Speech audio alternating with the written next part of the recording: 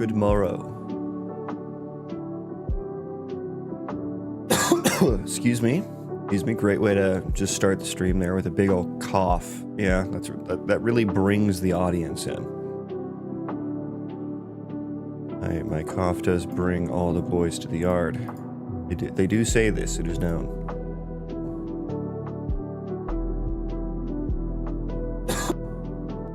Goozies. Okay.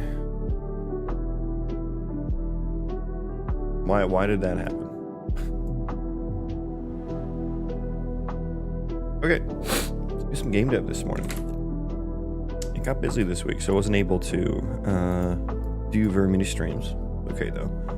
We'll get one in this morning. I'm still on this refactor, man. This refactor's just been sitting uncommitted. And I think there was just some things I was trying to fix up. Oh yeah. Okay, hang on. Hang on. What did I do there? Yeah, let's copy all of that.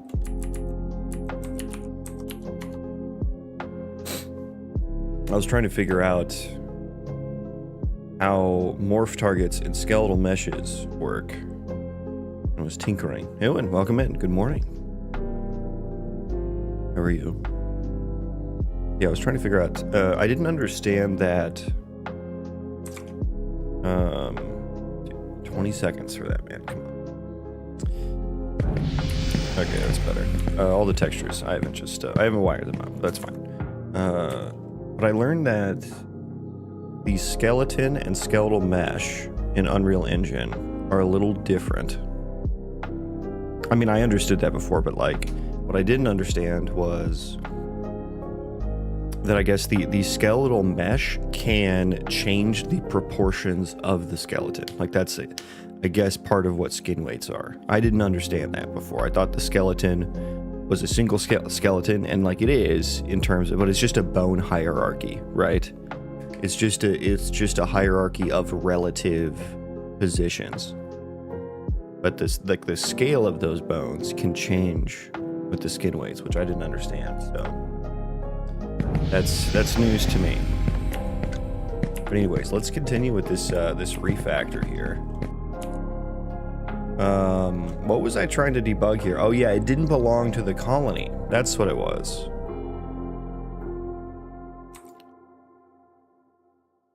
Boy, I pulled that one out of the depths of my memory there. Oh yeah, I wanted to check the colony entity. Belongs to colony is -1. So my character does not have a belongs to colony. That is true.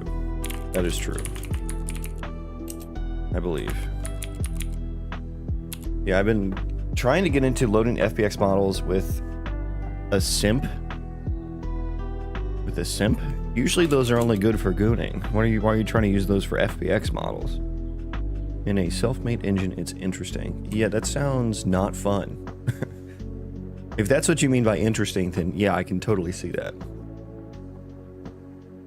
Okay, we have default colony, create new colony. I guess I never add this as a belongs to colony.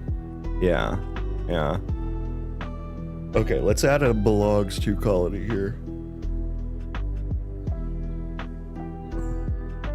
And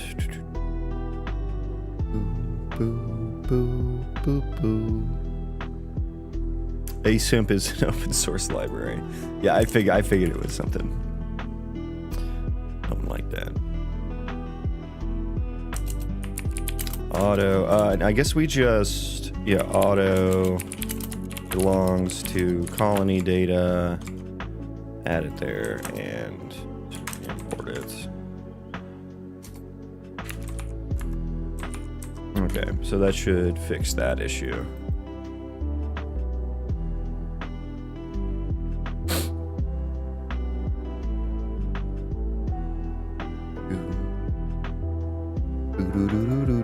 Ooh, and another one is that I want to fix trace utils. The colonist, not the colonist, like the entity trace.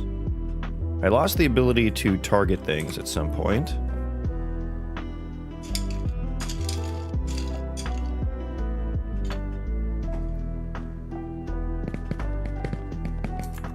Let's restart that. And then also give me 1 colonist.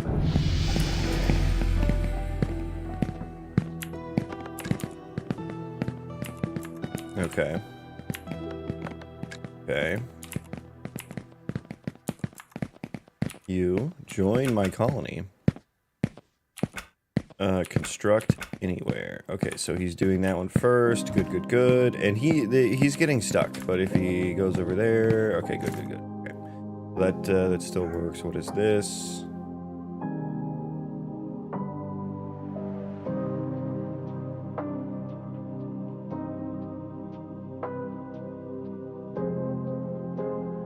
What is this? You can't create this widget here, Frank?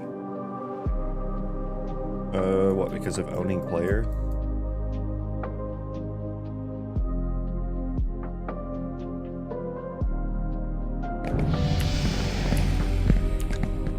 Anyways, ignore that for now.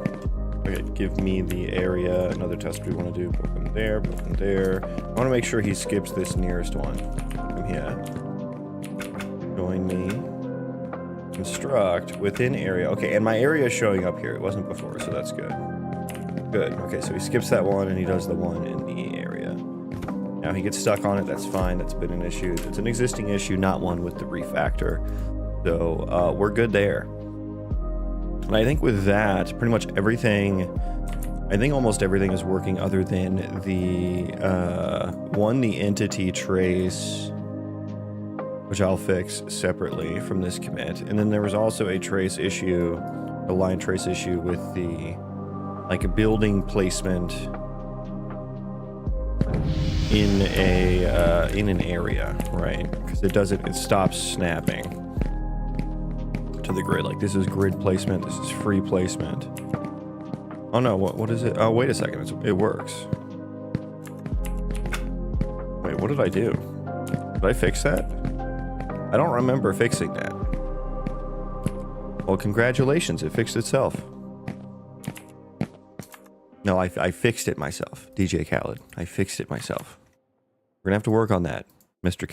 Can I call you Mr. Khaled? Okay, but I think I do want to commit this now. I want to move on. I want to clear this. It does not spark joy, so I'm gonna get rid of it. I'm gonna commit it. That's the rule, right? You should commit once it doesn't spark joy. Okay, so what have we done here? What do I call this commit? What have I called this commit? Oh, this is like move. This is like move building blueprint functions into C++. And then this is also create area building as well. Remember, the solution is just pressing the retry button. You got one of those with your commit? Oh, maybe with AI you do.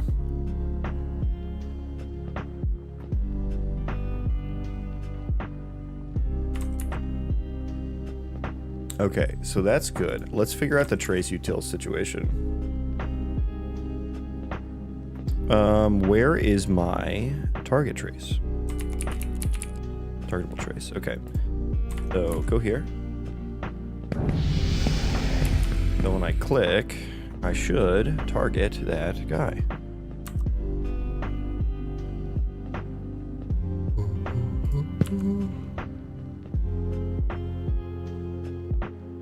I should probably just turn on, I probably should have turned on the debug drawing, and it should be the box trace if I'm not mistaken. Yeah, okay, so go here.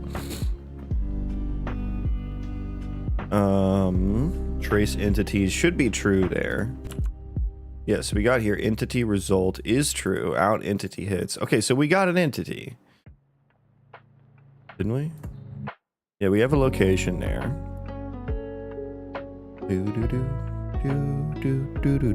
Yeah, we have an entity. We have an entity. hit, in, out, collision hits. Why am I copying that? I shouldn't copy that. Boo, boo, doo, boo, boo. Okay, why did I continue to that? I was just there. Oh, out collision hits.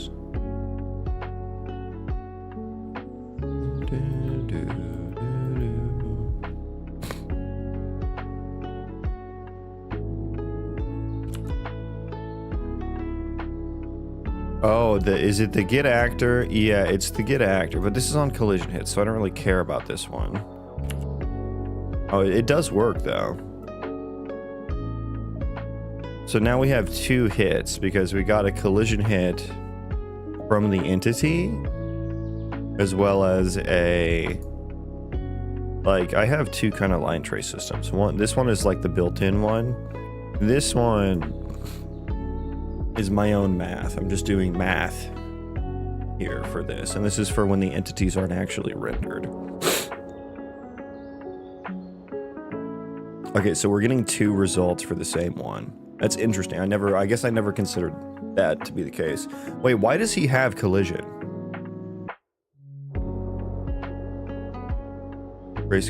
Trace type query 1. I think that's visibility.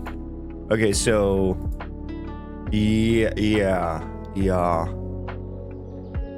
So he still has the visibility channel, I think.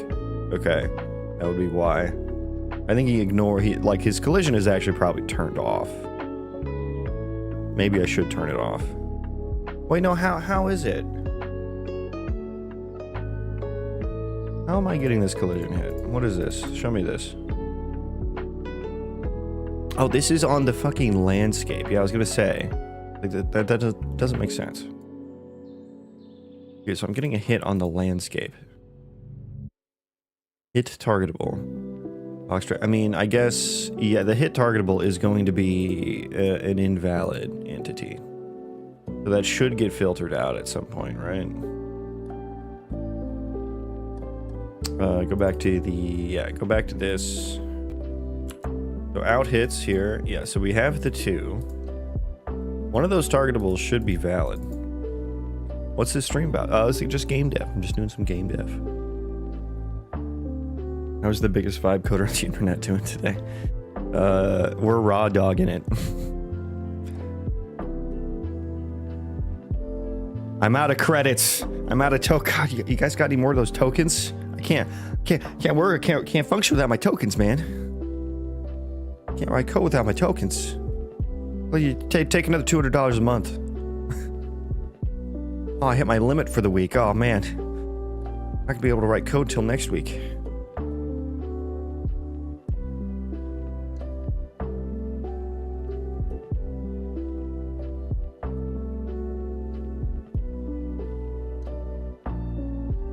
I had a coworker. I reviewed a PR or a CO, and he said that the tests were vibe coded, and I ended up telling him to delete half of them because they were just unnecessary. Like they tested like they weren't actually like testing things that needed to be tested, you know. So it created like twice as many tests as it actually needed.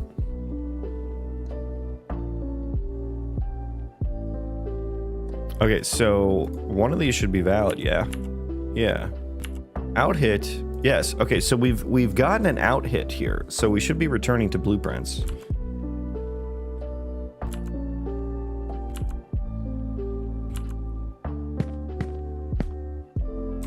Go to character, or what do I call it? Player character. Actually, great one for the day job, telling the boss you're running out of tokens. Yeah. It used to be like, oh, we're compiling, so that's why I'm not doing anything. But now it's like, oh, I don't have any tokens, so that's why I'm not doing anything. Where do I want to go here?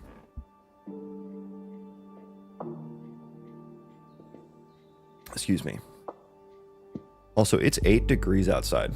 And I think it's getting colder, and the wind is aggressive, and my dogs did not want to be outside. They're so small. They can't handle that kind of cold. Where's my interactable? No, what is this target? Oh no, it's in my target ability.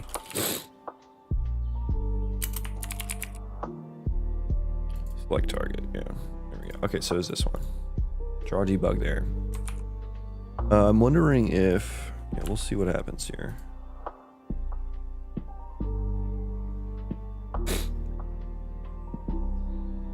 I was watching some Indian kid trying to learn Unreal and C++ with AI. He is currently at day 151 and he's only made 2 inputs. Sometimes you just gotta leave the AI. That is an aggressive, I mean, even for AI, that is an aggressive amount of slop, I will say. 2 input, I mean, I assume there's other things in this project, right?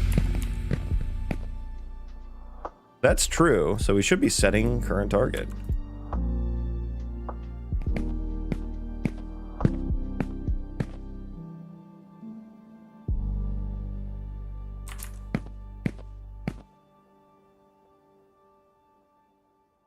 All signs point to that this is... that I have a target. Okay, so maybe just the UI part of it isn't working? Okay, let me restart, because I need to make sure that this delegate's getting fired. Hello, what are you up to today? I don't know, honestly. I just finished up the refactor that I had been working on. Okay, so this does get hit.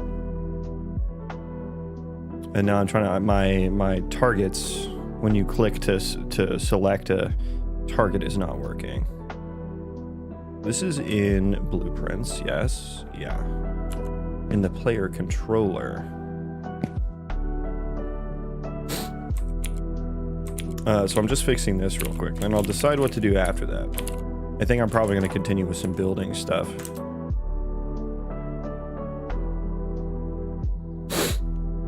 He's aggressively avoiding blueprints. Hey, me too, though. Me too, though.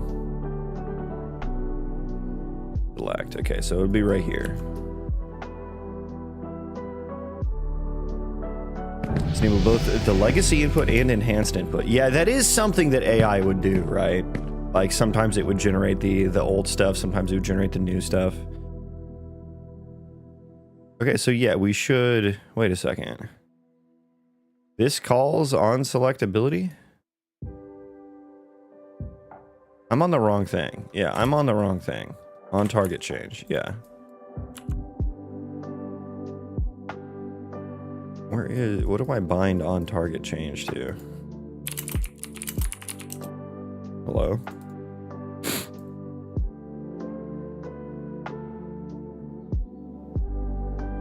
Is no one helping this kid? Like... Just watching the spectacle, I suppose. But you know what? In his defense, when I first started Unreal, you know, the input system did confuse me. What are you doing? What are you doing right now? What would you say you do here? Because you're acting pretty. Because you're not actually doing anything. On target. Wait. What? How did this work? Target data. I tried to help him, but he only listens to AI. Oh my god. How old is this kid? We're gonna be doomed, and actually no, I'm gonna be fine. Recursion guard. Oh, wonderful. Thank you, Unreal Engine. That's very, very nice of you. Oh my goodness. It was on target change, yeah. Changed. Okay, sure, fine. Also, we'll end the sesh there. Okay, now it's searching. Thank you. My Sweeney credits. I don't know, 19.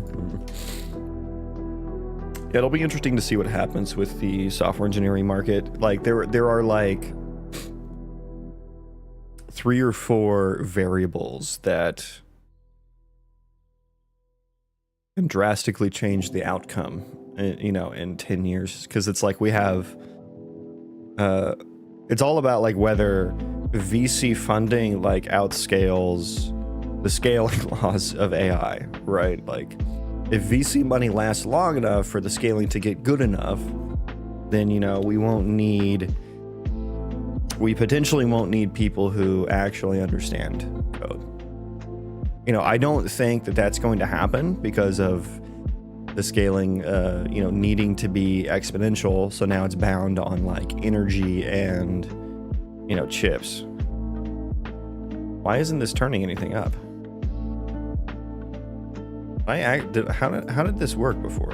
I feel like I deleted something that I probably shouldn't have. Or they're adding ads to ChatGPT. Yeah, I got there was a OpenAI recruiter in my inbox. Because I work in ads, so that ads are on my resume. And they wanted to set me up an interview for the ads platform position. That was like a few weeks ago. So yeah, ads are coming. They unfortunately do not do remote, so I did not do the interview. Yeah, what did I do? So it's going to be the target portrait. But another thing that's going to happen, like,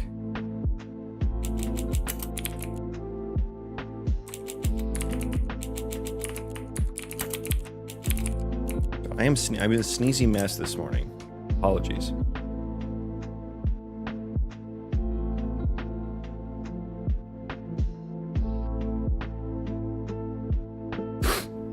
Unskippable ads for prompt results, all like interstitials. Oof.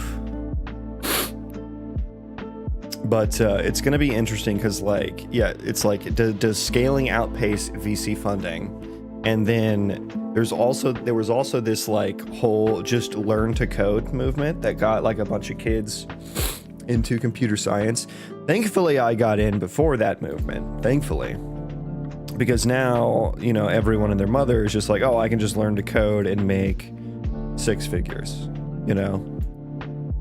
And so there's a lot of people, there's a lot of like people just in it for the job's sake and not because they're actually like interested or passionate about engineering or anything like that, which is fine. But it just means that there's a lot of people that, you know, aren't the upper echelon of programmers. And then there's a ton of juniors coming out of college now. And not only is the job market bad because of, you know, post-COVID economic, you know, overhiring, economic conditions and interest rate adjustments. Now AI is also like kind of a junior coder. Although I would still take a junior coder over AI, you know, one that's actually like passionate about programming. And so, you know, all of these, now it's like, now it feels almost like these kids, you're one of those college peeps. Now it feels like I feel like kids don't want to do computer science anymore. Like it seems, I think all these kids, like the one you're talking about, seems like they don't, they're like AI is smarter than engineers. It's smarter than me. I'm only going to use AI. You know, AI is going to take programmer jobs. So there is a world in the future where, you know, the senior engineers literally do get paid to clean up AI slop because AI is going to get expensive because it's going to cost more energy to run, to actually be effective, or VC money is going to run out. And right now, every single AI company that isn't Google is operating at a loss. Right? And Google is just subsidizing theirs because they have a massive moat, which is search ads, right? And search hasn't been decreasing. So search is actually doing okay. And so Google is actually positioned really fucking well. They can benefit from, you know, if AI does get that good and if AI doesn't get that good, they're going to be fine either way. But yeah, once it actually costs more money to actually run AI to where these companies need to be profitable, either it's ads or the subscription prices actually gets, you know, they actually reflect how much it actually costs instead of being subsidized. There is a world where people don't vibe code as much, right? They only do it for certain things. And there's no juniors anymore because no one is going to school for it. No one is passionate about it. No one thinks that they can do better than AI when they're just starting out. And so there's going to be, I think there is a world where there is a massive shortage of software engineers again. I think there is a possibility that that can happen. But who knows, you know, there could be another breakthrough in AI technology and architecture as well, to where scaling doesn't matter as much. Just scary how the industry is closing doors to save money by using AI, but safety and quality is just ass. Yeah, I mean, it's a race. They're literally racing. These AI companies. They're trying to beat, you know, funding running out. They're trying to beat investors needing a return on their money. Most kids nowadays are usually Python scripters, I feel. I mean, that's an okay place to start. You know, I think I started with like fucking JavaScript, so.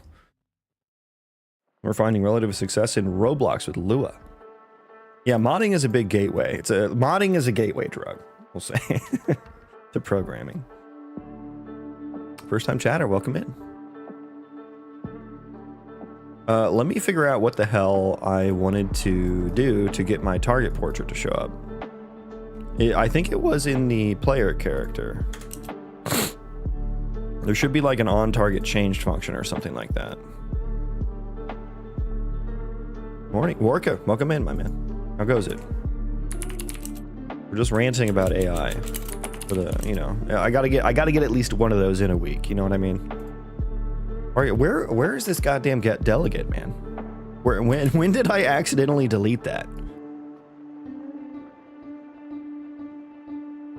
When did I accidentally delete that?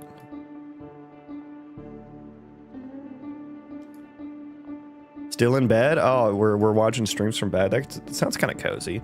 It's like we're supposed to get like this big ass snowstorm this weekend, which never actually happens. But it's like 8 degrees outside, so like cuddling up in bed with a nice little game dev stream. That sounds super cozy to me right now. How's the dev going? We're just getting started today.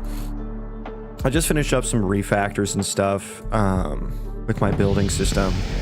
I'm trying to change, like, right now, like, there was this, maybe you remember, but there was this, like, easy building system that was, like, a free for the week thing. And so I just, like, threw that in here, and it's, like, slowly becoming a ship of Theseus's paradox.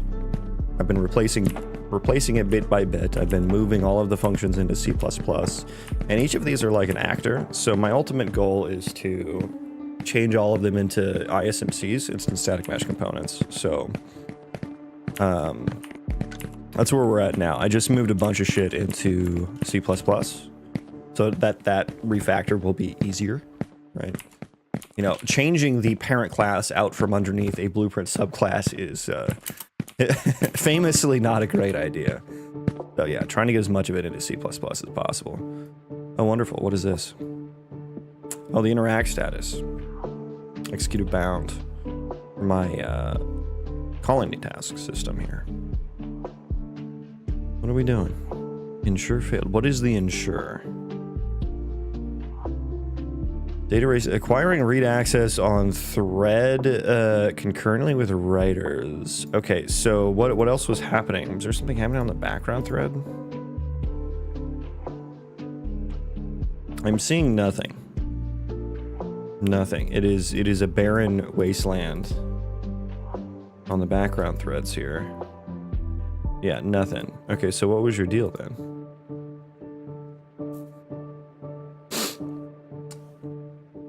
I kind of knew in Unreal Engine world learning, I think, but I don't want to buy assets and textures. They're a better place to look. There's a bunch of free stuff on Fab. So if you go to fab.com, there's some free stuff on there.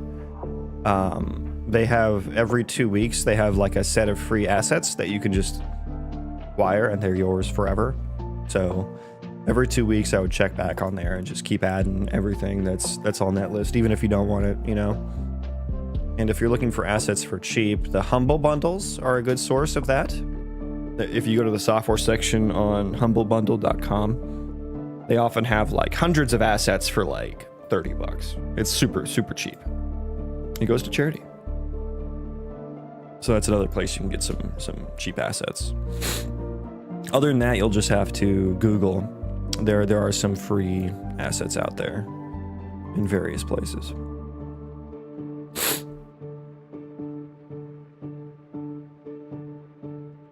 Okay, yeah, so our interact action seems to have gotten garbage collected. Let me make sure that I actually store this as... Now, these are construction. Oh, yeah, this happened before. This happened before, I think. Yeah. Now, I checked if it was valid here.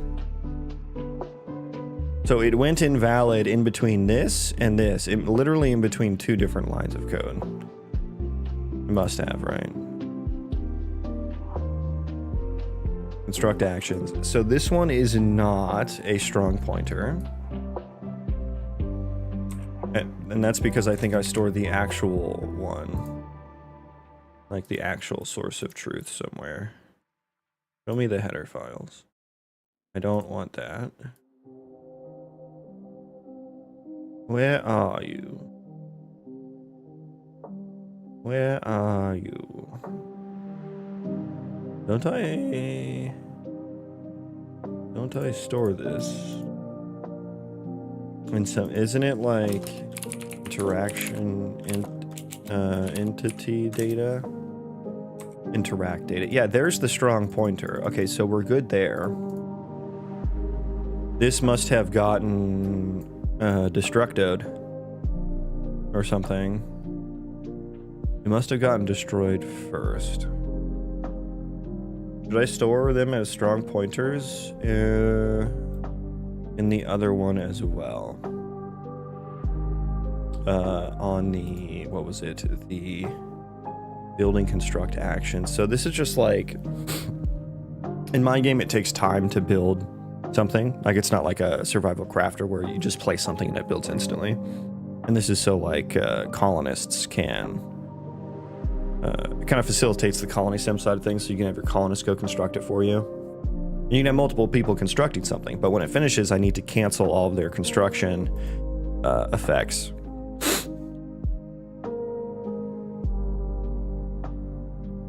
So I need to maintain a list of their interact actions and kind of end them.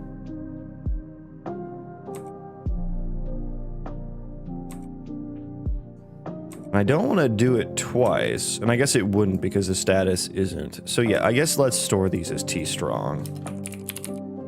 But now it's not going to be blueprint readable. God, I hate blueprints. Yeah, so now we can't have it as blueprint readable. Do we actually use it that way? Let me see if we actually use it that way. Maybe not. Maybe we're okay. Oh yeah, we're at an exception here, so I can't.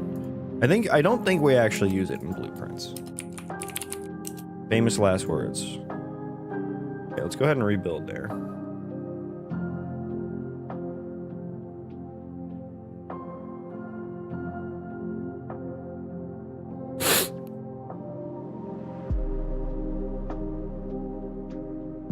Worka, I noticed that it seems everyone is doing friend slop now.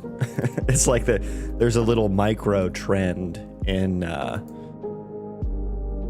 this little micro trend in the game dev section on Twitch. And then we can actually remove it. Yeah, it'll be fine there.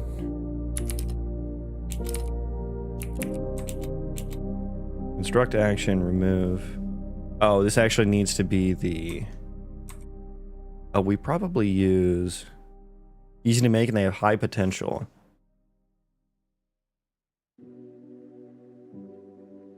Yeah, I guess it was, what was it, Fall Guys that kind of popularized that. I guess I need to make this into a T-strong pointer to remove it, which seems weird, but should work.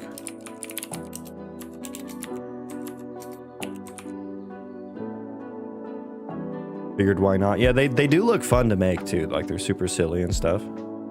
A lot you can do with them as well. I would like to think Wario World was the original friend slop game.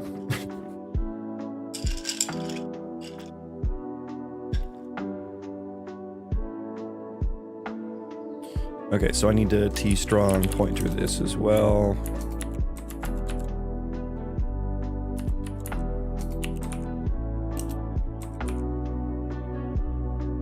Peak made I don't know if I know Peak. Who's Peak?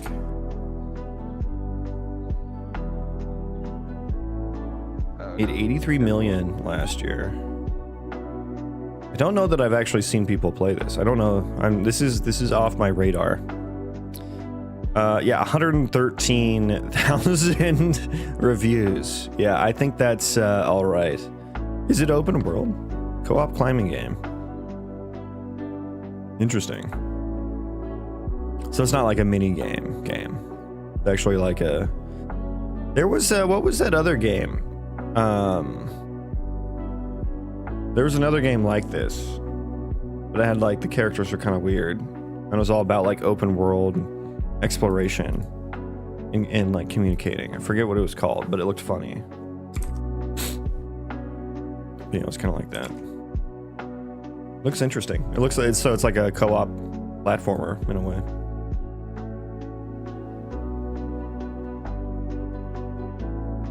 It started as a game jam game. It's just rock climbing.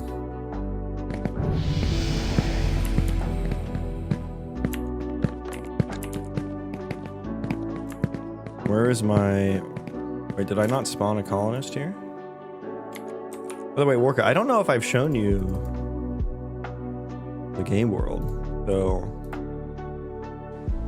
I'm not sure if you've seen this, but here is my actual game world, the procedural terrain, and maybe for those watching who haven't seen it. So this is the actual world, not my test level.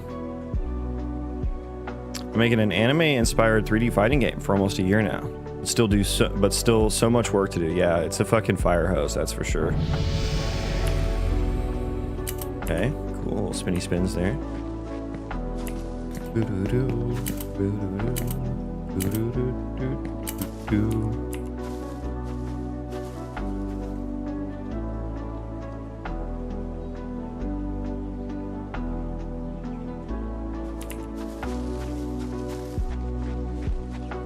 What do you expect this project to become in the next 10 years? Halfway done. That's what I expect.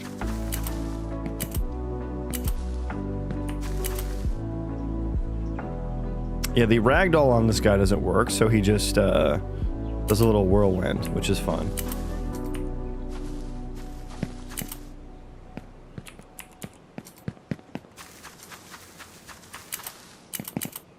Oh my god, this is an aggressive amount of clipping there.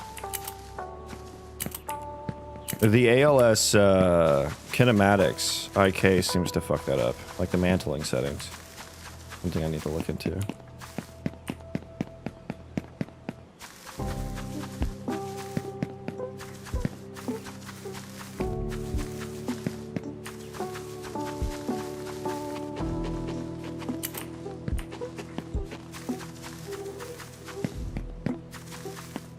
To the top of this little... Nice. Yeah, for those who haven't seen, there's the procedural world. And here's the world map as well. Where am I? Oh, I'm like hiding in here. That's me. I'm somewhere right there. And then these are each like different zones that'll have different terrain noises and stuff. This is called Iron Peak Ridge, which isn't a bad name for what the zone looks like, actually. And I believe we are staring into Azure Coast and Waterstone Lake. Wind teleportability. All right, you want to teleport? Let's go on this little island over here. There you go. There's your teleportability.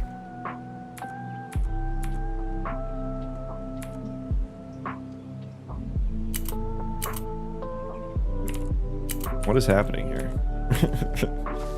In the next 10 years, AI will have created this game by binge watch all the YouTube videos. I hope so, man. Also, if that happens, just take me out back and put me out of my misery if that happens. So what this was apparently this is called the Queen's Palace of Elegance, and which is right next to the Maze of Despair. So is this game going to be like an Elden Ring type game? I don't like Souls-like combat. but it will be Elden Ring-ish in term of, you know, open world. But I'm going for more like RPG plus Colony Sim plus Roguelite combo, which, I mean, it's my fucking title today. But something more like Vanilla WoW plus RimWorld plus Hades. You have any completed games out? No. No, I do not. This is the only game I've ever worked on.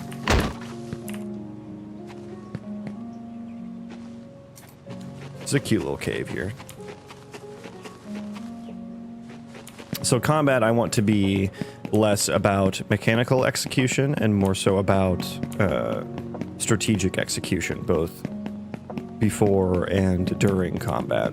Strategic execution in terms of like, what skills and abilities am I choosing to build my character? And then also, you know, what abilities am I using in combat?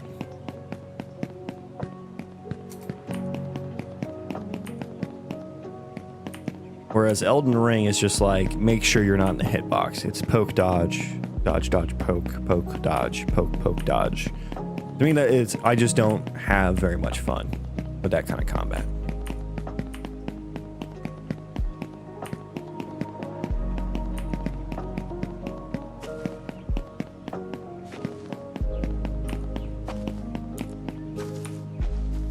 My terrible axe swing animation. And my awesome dynamic tree chopping. Okay, so I got 7 wood.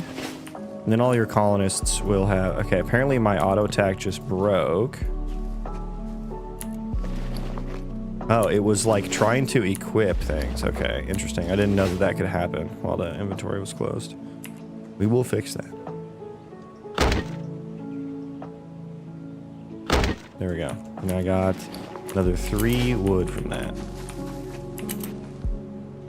Come on. There we go.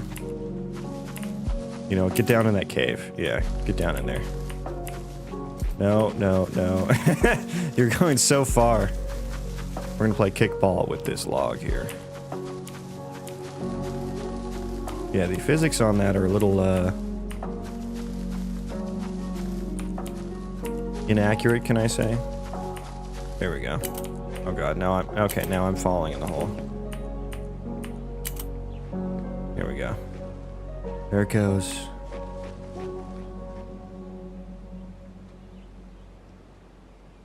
Very exciting. exciting gameplay here.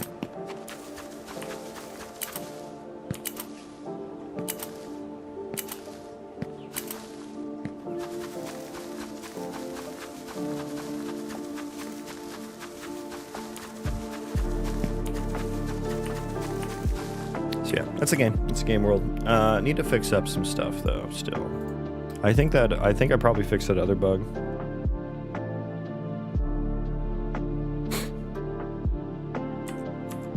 Changing the construction actions to a strong object pointer. I think I can test that. Yeah, spawn a colonist for me.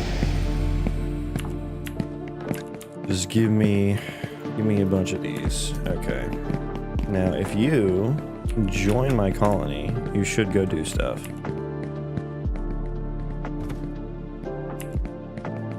What are your priorities here?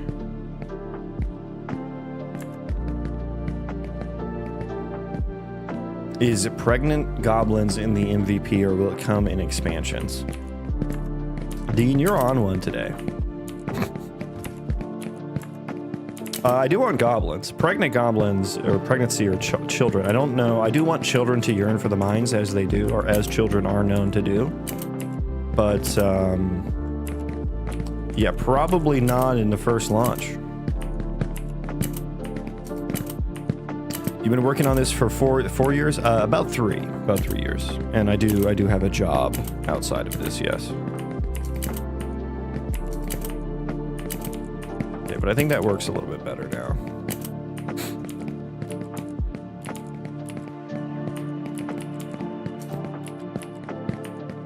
Okay. Okay, and then we got the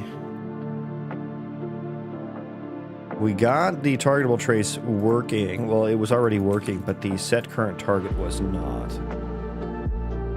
Right, so we have select target. Then we go here. Where was this delegate supposed to be? Sorry, my autism took authority. You're good.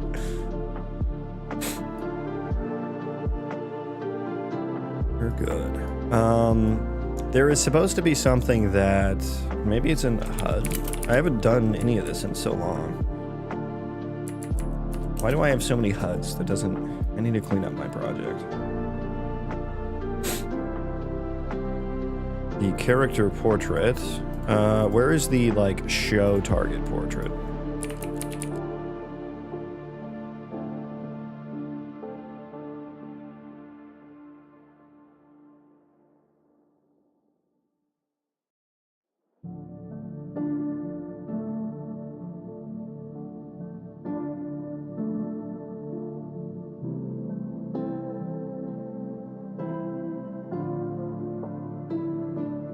Do we use this from outside this class? Curious on what your thoughts on AngelScript UE. I haven't used it, so don't have any thoughts.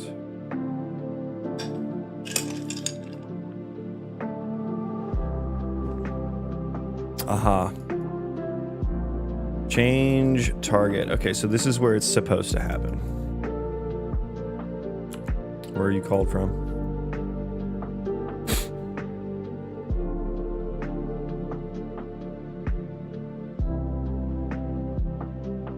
Okay, you're not called from anywhere. When did I do that? When did I do that? But we have this on target change, which is in the player controller. So I mean, we can just wire that up. Interesting that I put this on the character. I'll just get this wired back up real quick. We'll just kind of shoehorn it in there. So where is the like on target changed? Well, I have to assign to it. So maybe I assign from character.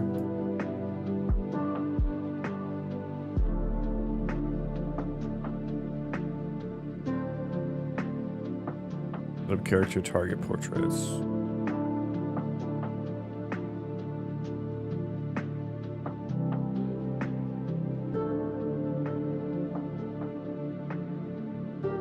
Set up character target portraits. I mean, that's just that. I mean, if I'm gonna, I can set it up here. Maybe that's when I accidentally deleted it.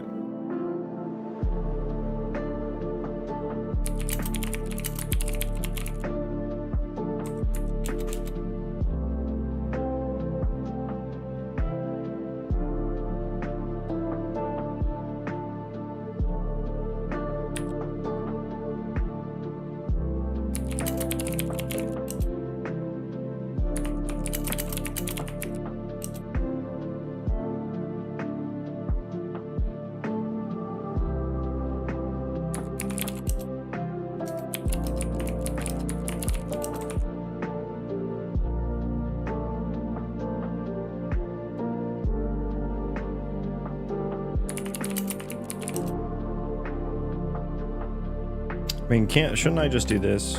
We'll do function.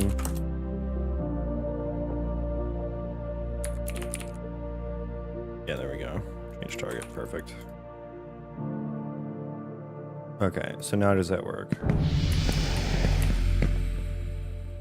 Yes, so now we're calling that. There we go. Yeah, I don't know why that broke. I must have like accidentally deleted things. I kind of dislike BP for a ton of reasons. Hey, same. So I've transitioned into utilizing AngelScript. There is a third option, and it's called C++. But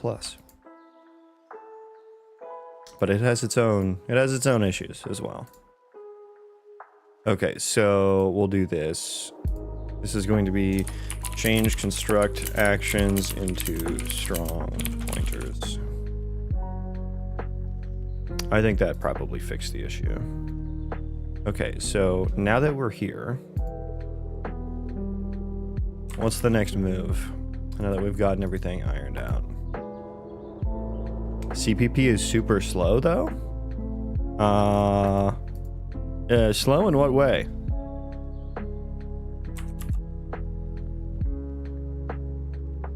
I don't know a whole lot about AngelScript, but I would imagine that C++ is faster than AngelScript. If we're talking about performance. AngelScript transpiles into C++. Yeah, but there are very distinct things that need to happen in C++. Like especially, like I work with an ECS, and so like cache coherence is something that I need to be considering. You know, I don't know if you have move semantics in AngelScript. You know, can you determine when things are ref or pointer? I mean, I don't know, but I would imagine that there are cases where AngelScript doesn't transpile into the most performant C++ possible.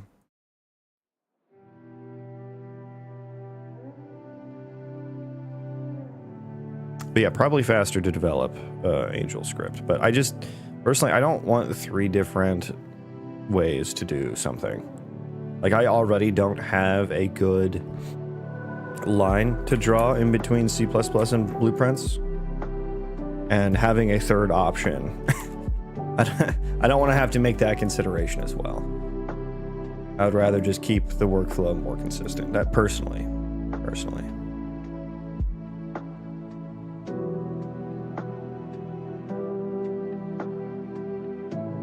Yeah, but what do I want to do next here? I did say that I wanted to move the area utils into a different class. I gotta do that real quick. Yeah, let's do that. Storage utils, area utils. Yeah, let's create a couple different classes here before we really get into it. Let's add uObject, area, building utils.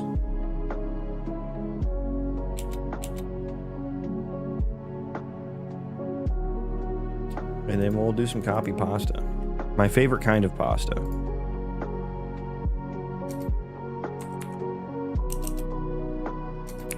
Why didn't that actually... Oh no, that's the wrong file. That would be why. It's because it's the wrong file.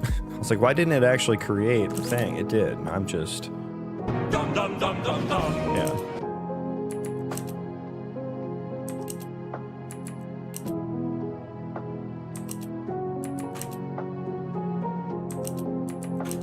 Okay, get all that forward declared. Yes. Okay, all that is forward declared. Good. And then let's go to the CPP file. And do some more copy pasta.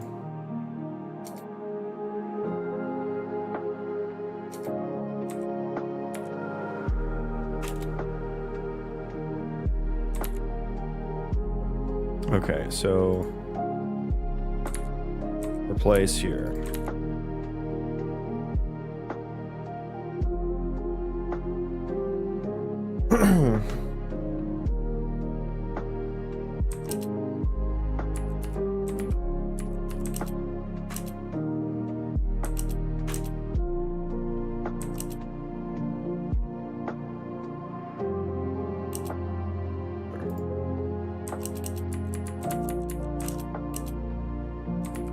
Is that the right one? Yeah, okay. Oh, I gotta change all these to like you building utils now.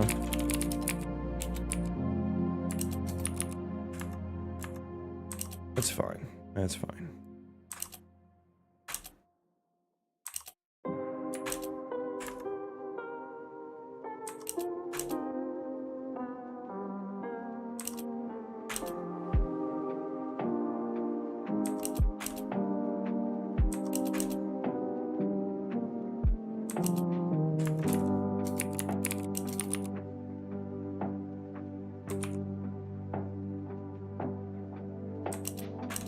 Okay. Import. My brain can't process this. Just a little bit of C++. Considering UE5's most performing games run on it, I would say it's top of the line. AngelScript is basically C++ syntax with fast iteration. You cut BP out at that point. I get the angst of it, though. Not sure what you mean by angst. But yeah, I don't. Yeah, maybe it is. You know, exactly the same as C++. I don't know. I haven't used it. I haven't looked into it that much. But if I had to hazard a guess, languages that transpile, there are usually ways in which they transpile into things that you're not aware of or that you wouldn't want. Sometimes. So I'm just saying there are probably some cases where you can accidentally write, you know, not the C++ that you were wanting to write. And not saying that it can't be performant at all either, but I would think for ECS type performance, you would definitely want to stick with, go ahead and rebuild here with C++ for that.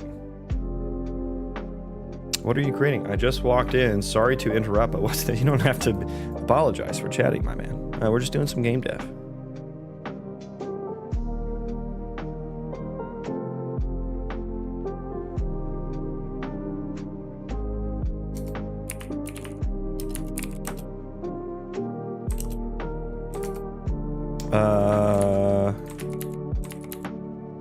Why are you angry? Remember, oh, it's all private. Oops.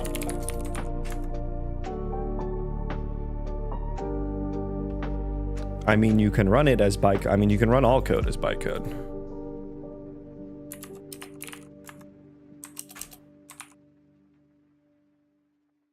It's faster than BP out of the box. Well, yeah, I mean, that's not a not debating that at all. I would think any programming language would be a bit faster than. Well, I mean, then it's also not like blueprints are slow, but like the iteration and stuff, you know.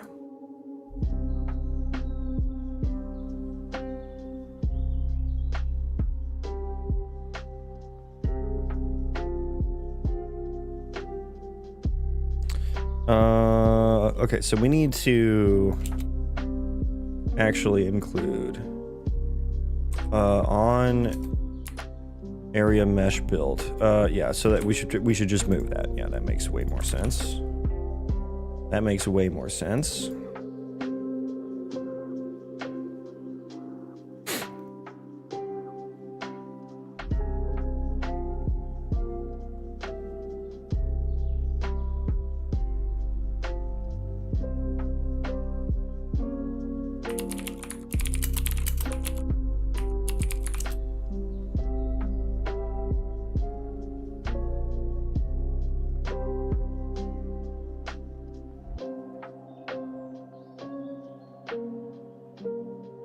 Okay, we look good here.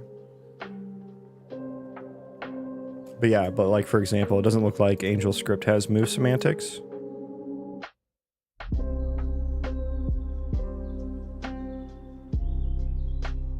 For example.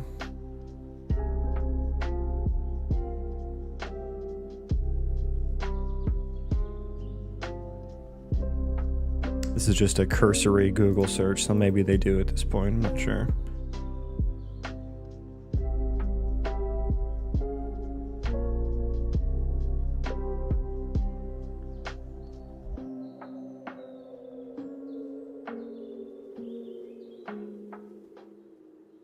Okay, so that compiled. Our blueprint's broken completely. No, okay, good. Good. Let me try to build something real quick. Okay, see, I knew it. I knew it. I knew it. I knew it. That Mulan was a troublemaker from the start.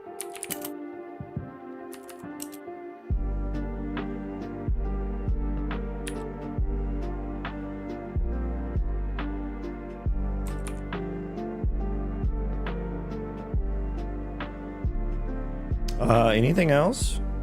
Or was that the only one I actually used? Okay.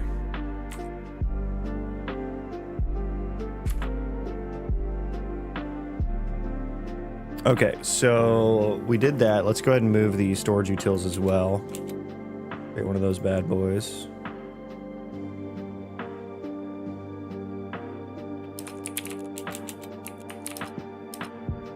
Storage utils.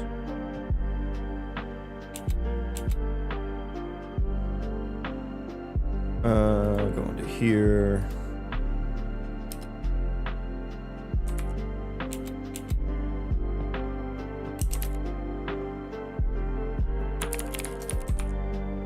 Okay.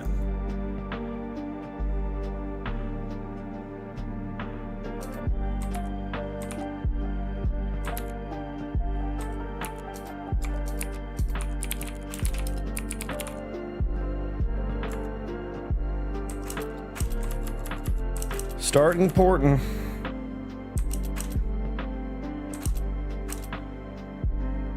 I accidentally forward declared that, didn't I? Yeah.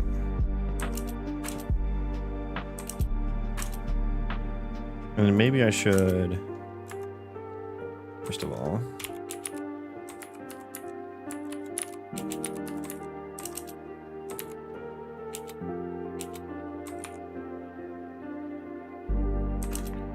forward declare that, forward declare that, forward declare that.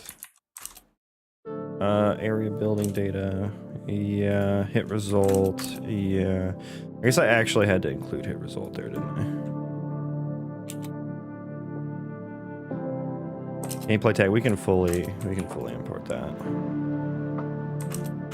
Math utils, what else we got? EU building utils.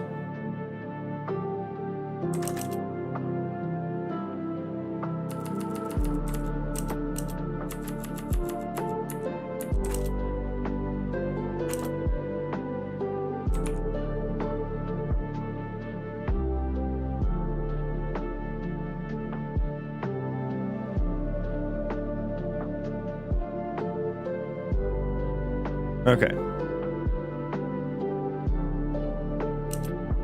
Really feels like you're trying to get me to use AngelScript right now. Maybe I will at some point. I'm not really interested in it right now. Okay, let's rebuild here and see what breaks.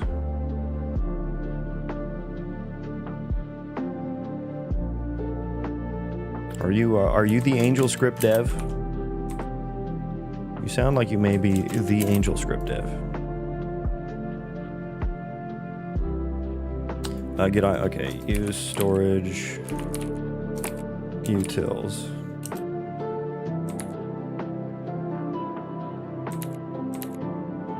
Yes, please. Thank you. Thank you. I should go through and check.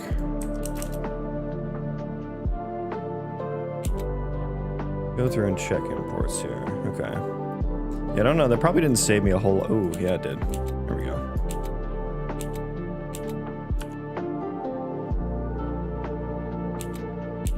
There we go.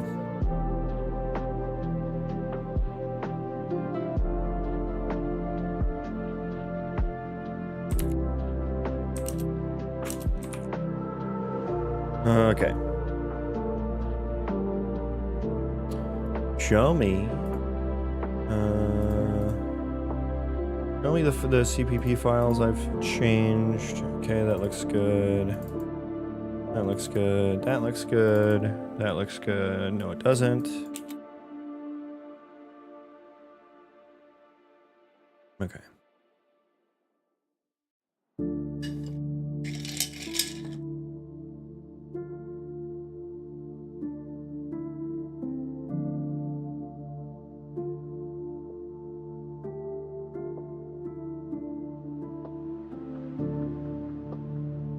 Okay, so we'll compile, we'll run that, see if blueprints broke at all.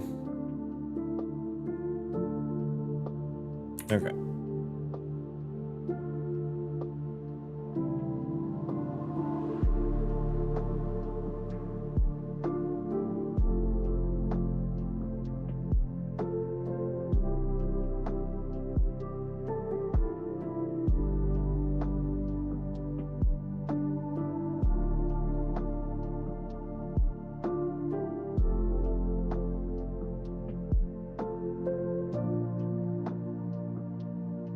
Okay.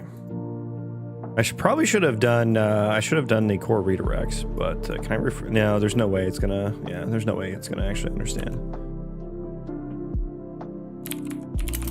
Should have just done the core redirects. I always forget to set those up.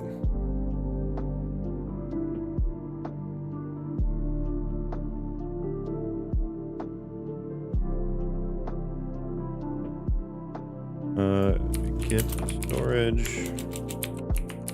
Spot for voxel.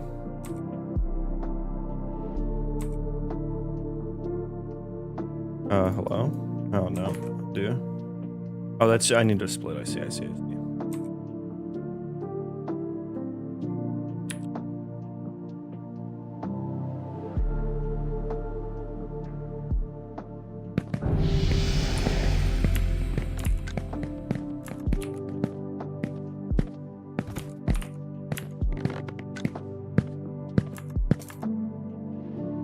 Okay. This, I think, is one that has been the case. Yeah, I would have only supposed that the area building would have had any issue there. Also, what is this function? Oh, get interact action. Yeah. Although maybe, can I move this into C++? I don't think I realized that this was here. Get interact action. Excuse me.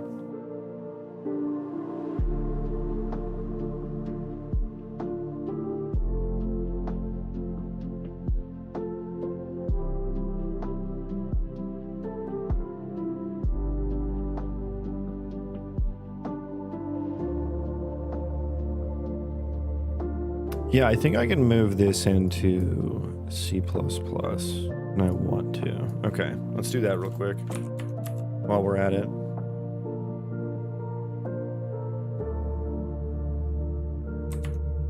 Get interact action. Area building utils, or just it should be on area building because it's a virtual function. Let's put that.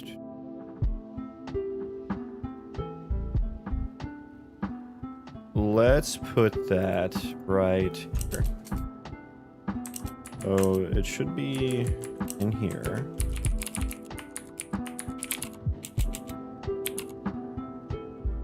Get interact action. No? Oh, there it is. Okay.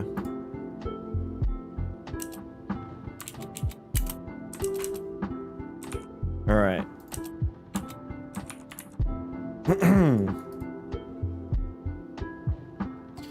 Okay, so what are we doing? Let's go. I'm gonna go ahead and move that over there and run. Hang on. I hate Windows is Windows. I hate Windows is Windows.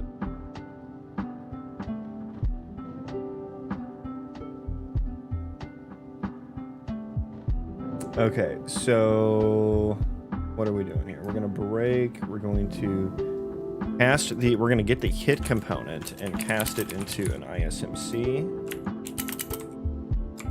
Yes, that. Exactly that. And we're gonna go if.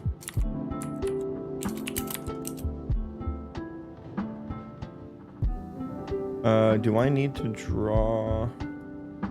Drawing the debug box can be useful. I'm gonna omit it for now, though. Get instance transform. We need by index, so we'll use that one. Why is that not what I would want? Not what I would want.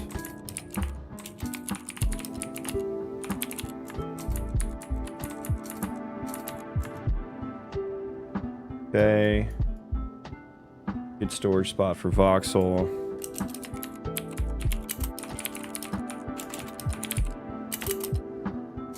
Use storage utils, get storage spot for voxel.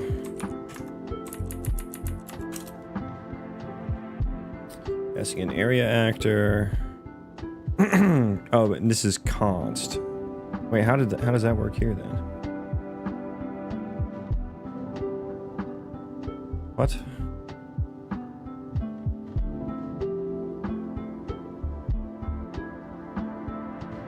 I mean, I suppose I could const cast it. That's a little strange.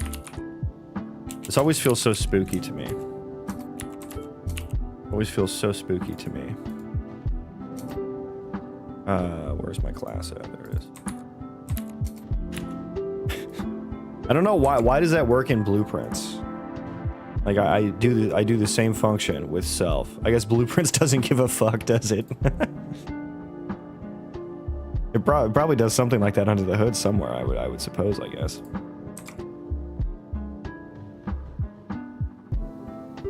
Yeah, we'll pass in the transform here. What are other params? Out transform, which we just need the location for. F transform, storage, spot, transform. Okay, and this returns a Boolean actually.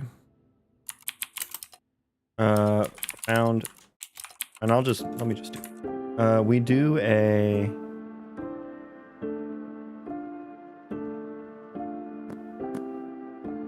okay, so hang on. May reorder this a bit.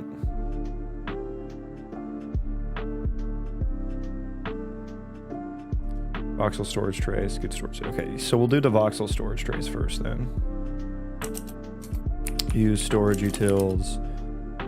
Voxel storage trays with this, which am I gonna need to const cast that again? It does. No, it's not a const function. Voxel size, instance transform, object types, ECC, world, static, and ignored actors, which is empty. I do need to const cast it. What the hell, man? You're not const. Wait, what was that then? Oh no, right. This is const. Can I make this const actually? Maybe I should check that. I can't. Okay, so we should just do that then. That's the proper solution. Probably should have checked that first. Oh no, I can't. Oh shit. Wait, why doesn't get actor rotation work anymore either? Just because ignored actors is not const. Oh, I remember. Yeah, they don't make it const in the fucking engine line traces. If I'm not mistaken. Add ignored actors. Yeah, it's non-const. Well, no, they have a const one. Okay, so hang on. Hang the fuck on then.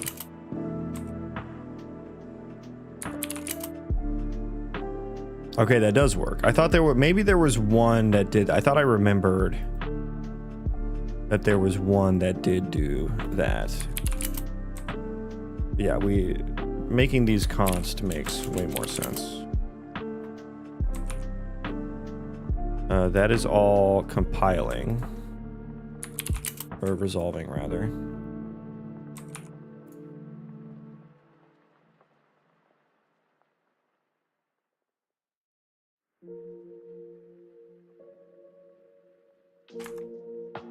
Okay, yeah, so we're all good there. Okay, back to area building, and then we don't need a const cast anymore. Yay.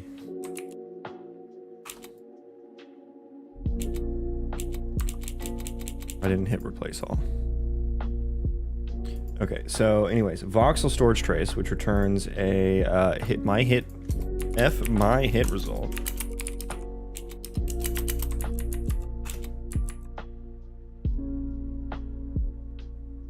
Previous local declaration. Oh. Okay, storage hit result. Storage hit result. And then if we have a blocking hit, so if storage hit result.b blocking hit, then we continue.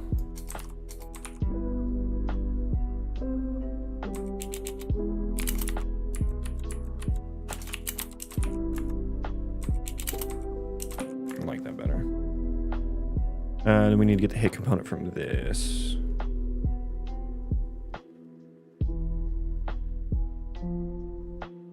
Wait. Cast a world item ISMC. Why wouldn't I have just done that to be? I'll keep it the same. This seems a little redundant, but.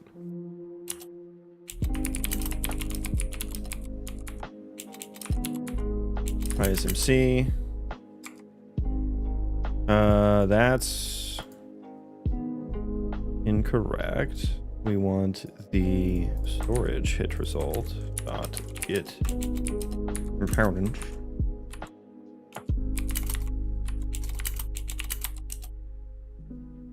Hit result get component.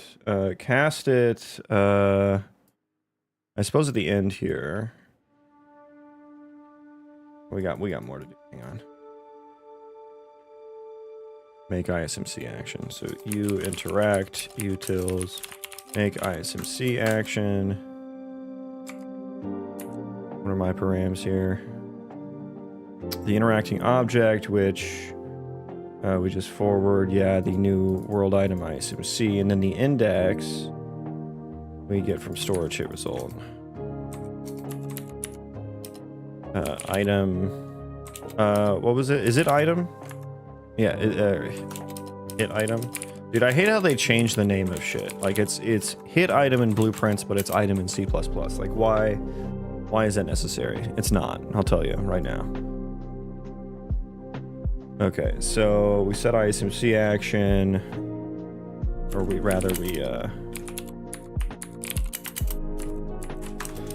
save it here so that we can set the move to location, which is equal to storage spot transform, or it is, yeah, it is storage spot transform location. That. And then we can return ISMC action. And then at the very, yeah, if we fall through, do the parent with interacting object and hit result, yeah. Well, there's a few cases where I want to explicitly return null pointer, I suppose. Do I want to do that? I don't know. We'll see how this goes. Okay, so get interact action is there. I think we can go ahead and...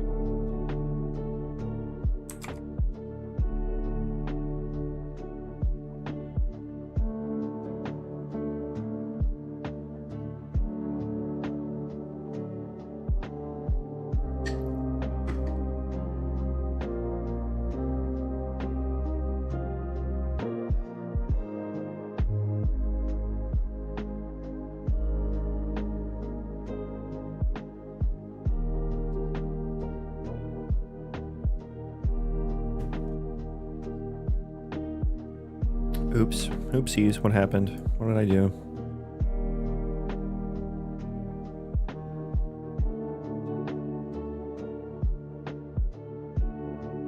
Bro, I fucking knew it. I knew it that this couldn't...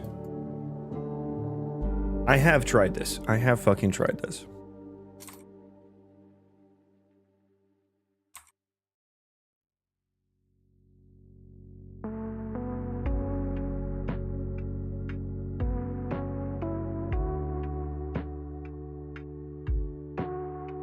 Turning cog.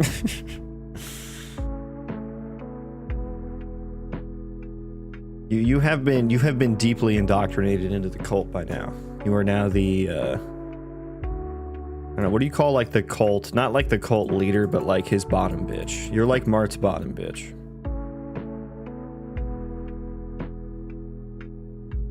I don't even think Mart knows it either. He's got too much ADHD. He doesn't even know who the fuck. God, this compilation message is also garbage as well.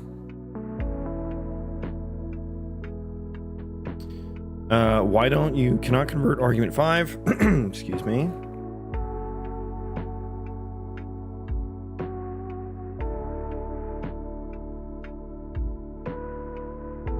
T-set const actor. Are those not the exact fucking same? Are those not the exact fucking same? Oh no, this one's non-const. Where is that being called from? Where am I passing I mean, no, actually, you should be able to convert a non-const set to a const set. What are you talking about? What are you fucking talking about, mate?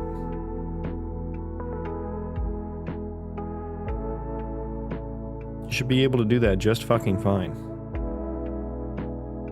This might be a blueprint thing. This might be a blueprint thing. But why would the compiler tell me this? Well, it's in the generated files, that's why. Okay, I don't think I can do this. Okay. I was right in that I was wrong in a way. By the time your game comes out, maybe he will be old enough to play it. He may be old enough, but he'll probably still be immature. He'll have the same level of maturity. Okay. Yeah, I'm pretty sure I tried this before and I was just like, fuck it. Okay, show me the next spots. It would have been an area building, I suppose, right? Voxel storage trays? Oh, it's right here. I'll const cast here. I think this feels like a better const cast place.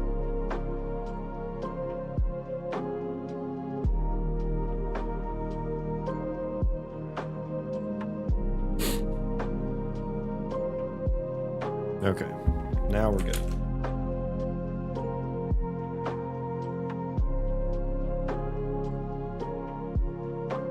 Now it is 7 degrees outside. Now it is 7.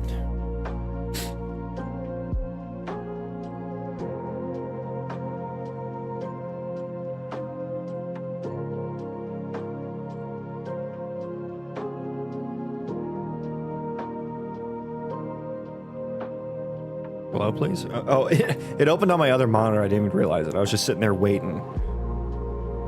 Just sitting there waiting. Okay, so building area, you basically, that is duplicated now. So we can just delete that. And we're all good. We are all good. Okay. Split out, building, utils, move, get, interact, action, into EP, get interact into area building. Cool. Thanks for saving me from the brain rot. I went over there to find a documentary on a sewer to link to a friend and I got lost. I don't want to know. I don't want to know what you and your friend are up to in the sewers. That is a sentence that I don't think I've heard before.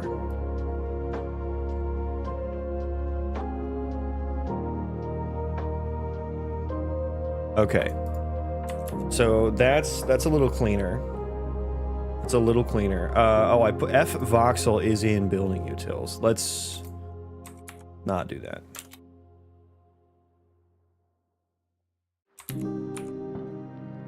Let's not do that.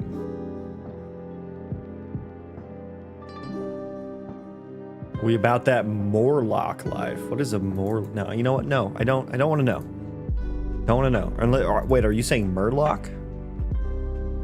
I know what a Murloc is.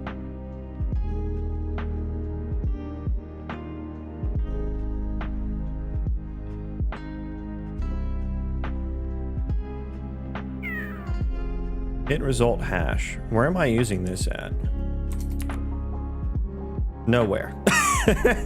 Okay. Nice.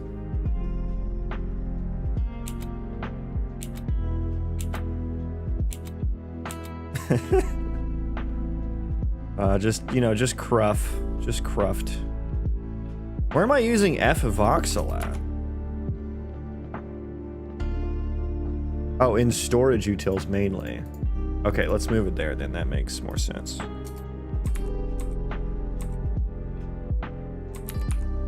There we go. Yeah, forward declare it there. This is C++, Unreal Engine C++.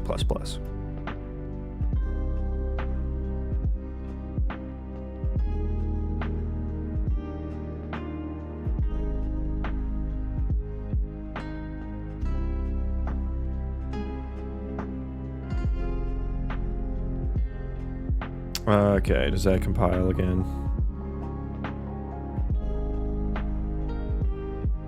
But from here, I think this is where I make the jump into actor to ISMC. Wait, what the fuck? Oh, you know what? I had the fucking I had the file mask on. I was like, oh, it's not used anywhere. I had that. I have done that before. I guess this can be that means this can be a CPP defined. Although maybe I might need this in the future. You know what? Let's go ahead and put this into its own file. We'll go ahead and put this into its own file. This is, or maybe this should just be as a part of hit result. Hang on, let me see that again. Is it on hit result or my hit result? It's a container for just hit result. Okay, we'll move it into its own file then.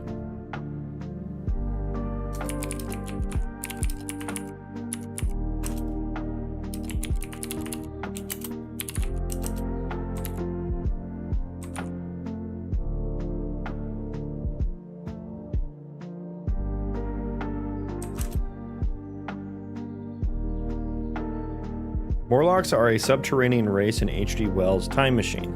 I see. I wonder if that's where the Murloc inspiration came from.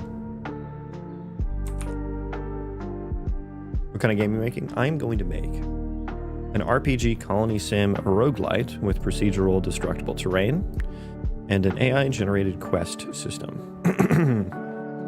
Take a look, it's in a book. No, don't make me sing that in my head. You get that evil out of my head.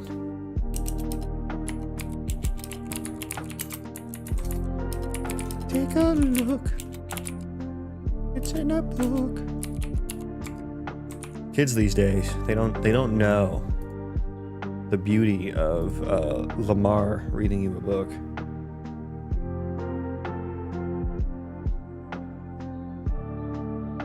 Fucking got him. Shit.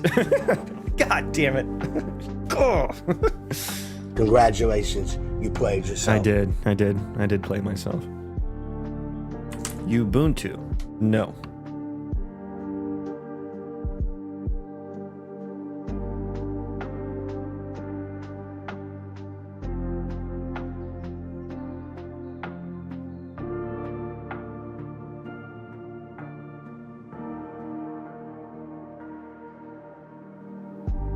Stop. Oh my God. Stop opening on that screen. Like I did that once. I moved you over there once. And now you're just like, yeah, I'm gonna open there all the time, even though you've moved me back twice now. I don't know what the logic is there.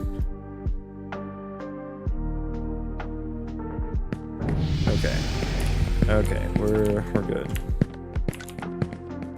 Okay, okay, cool. Okay. What did I do here? Oh, we need to like delete this stuff too. That one's for okay. Maybe if I close it on this screen, close.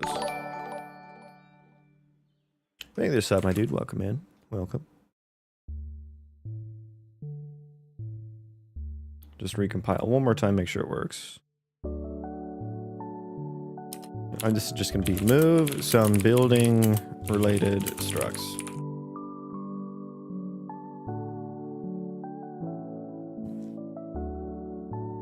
And I will commit after this compiles, and then I think I will get another cup of coffee after that. I think so. I don't think so. No, I do think so. I do think so. Okay, that was good. Commit and push.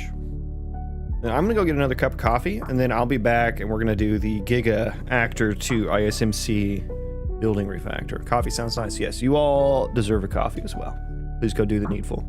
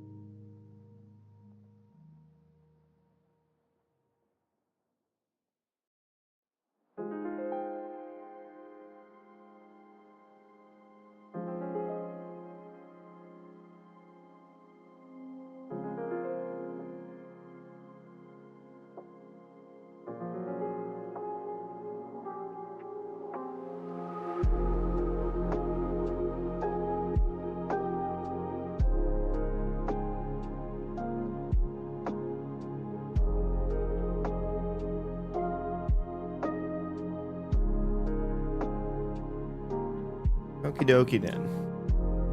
Pee time. Yes. Pee.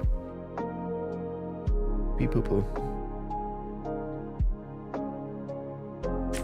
Hi, sweetie. You want to come say hello? There's a little puppy dog. Hello. You cold? It's cold outside.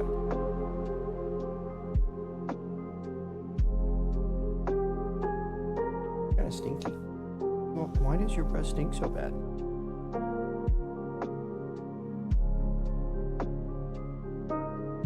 Okay. Now, the refactoring, which is M. Night Shyamalan's next movie. Okay. So what I have here, I have a building base object. It is an actor. I have all of these different modular buildings as well, which basically, for most of them, they just override the mesh and then the static mesh, and then there's like, they have sockets and stuff. Can't open the fucking viewport apparently. Can't wait to see what happens after I do the refactor, but there are like these sockets basically that need to stick around as well.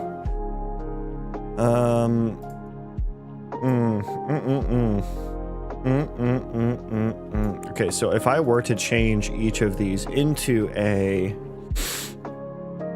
ISMC, it would break all of these sockets. which I don't want to have to go set all those back up. Jesus Christ, I hate this.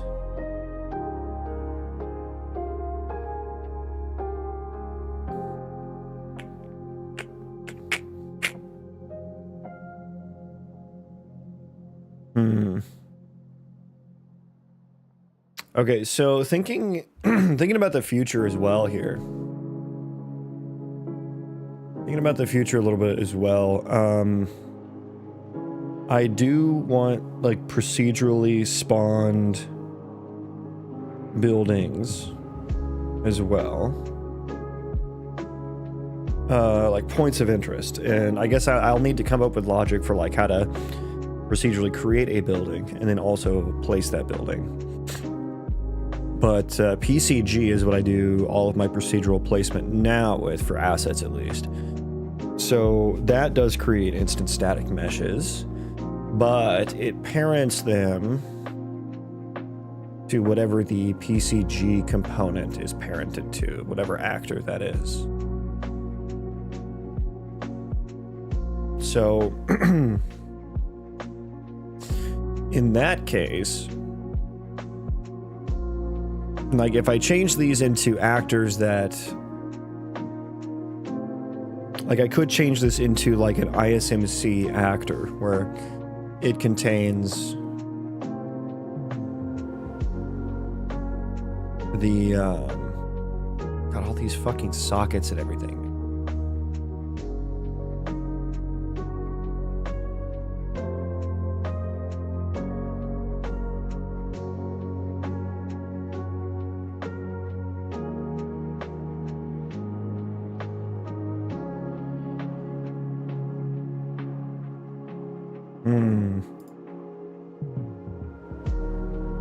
I mean, I guess I could have an actor. Yeah, I mean, I think the thing is I'm going to have an actor that owns the instant static mesh component that also just has like this setup. So maybe I don't change this from an actor. Maybe this stays the same. And I just change it to also have an instant static mesh component on it.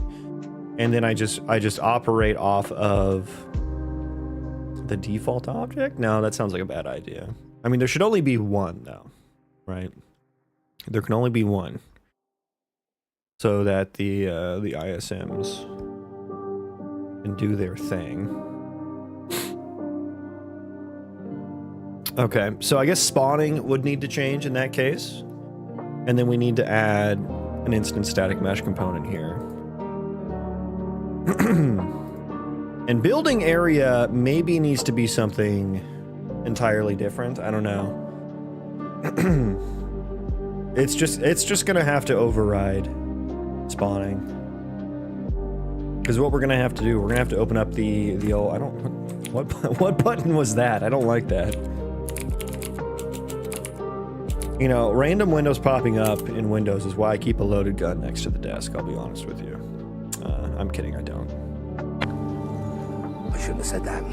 I should not have said that. I shouldn't have said that.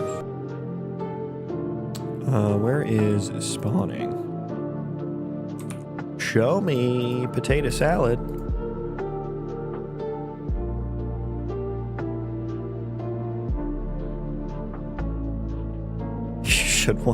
I have one on my belt at all times. You got a lot of enemies or something?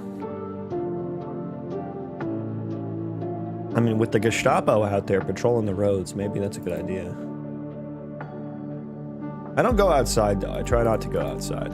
It's scary out there. It's dangerous. Try build.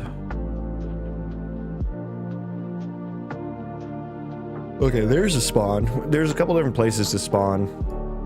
So yeah, spawn building object returns an actor. Yeah, so this kind of stuff is going to need to change. Finish place build.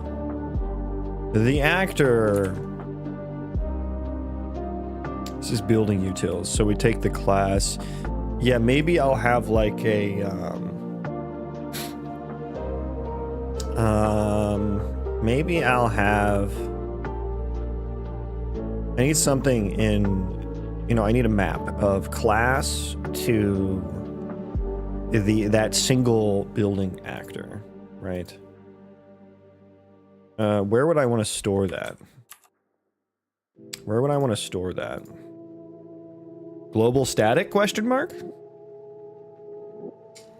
Probably maybe just in game settings or game instance. Game state. Not game settings, game state. Game state kind of makes sense. Although I don't want to have to...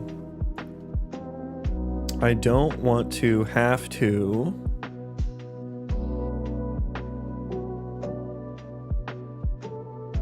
pass around context for that list.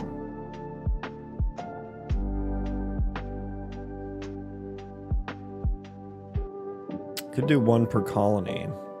Could store it one actor per colony. Would that give me any benefits?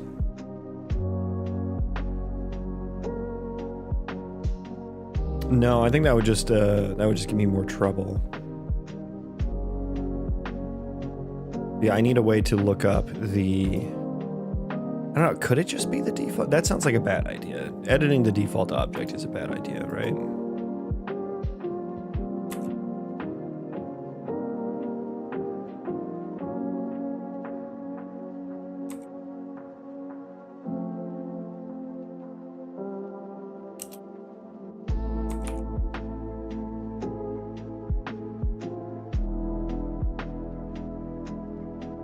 Yeah, I could just put it as a static.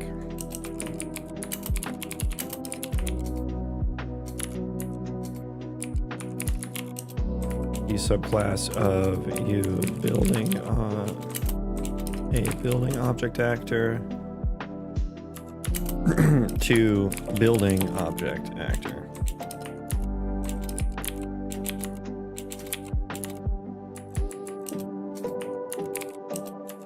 I mean, I could also just get actor of class, but I would also need the world there.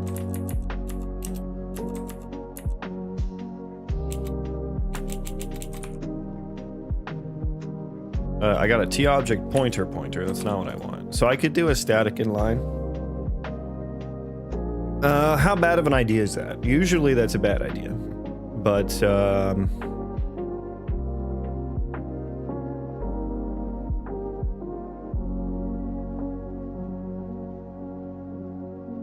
so much easier to use than like passing around game state and stuff.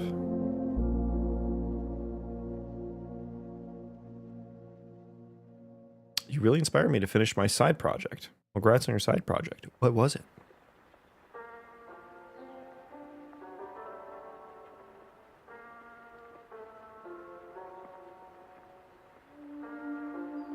I'm struggling to think of instances where this would be a bad idea. That aren't like the default, like, yeah, don't use global state. Boilerplate reason. I mean, I guess it's not like it's global state. Honestly, move forward with this and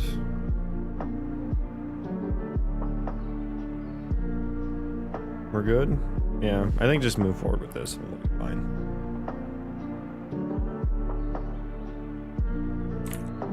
Okay, so we'll need that. And then building object actor. So I think this actually is all... Now, the get entity is going to be an issue. That is going to be an issue. Now, this object actor, this actor no longer... Also, let's rename this to just building. Building object?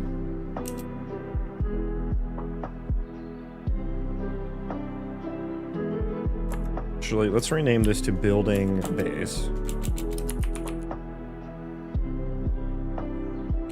Or base building, a base. Building base sounds better. Yeah, you can change all those too.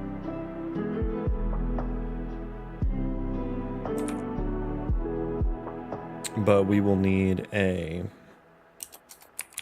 view property, edit anywhere. I think blueprint read only. The object pointer, u my instance static mesh component.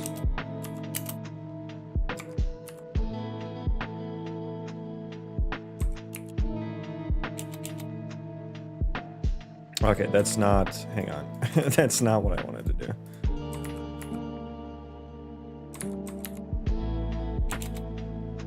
Okay. Game state. What do I use game state for here?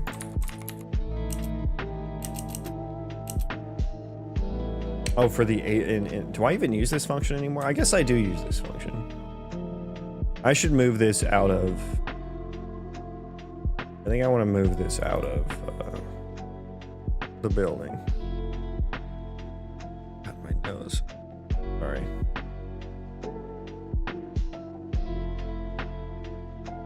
Game state used here. Yeah, these ones I kind of want to move. Is valid hit, I suppose, as well. Where are you used from? That is, yeah, okay. Yeah, I want to move these are just kind of like messy here. I want to move them.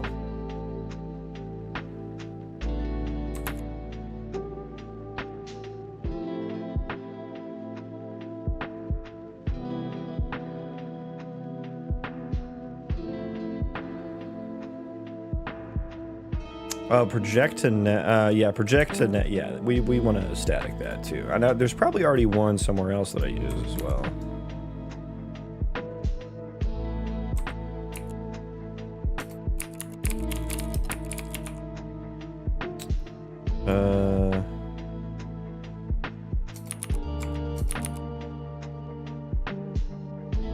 There we go. Okay.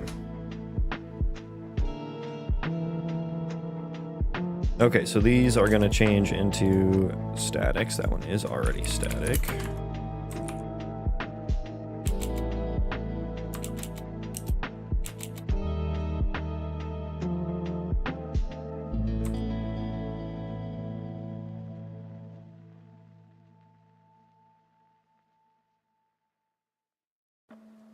And generate interact points.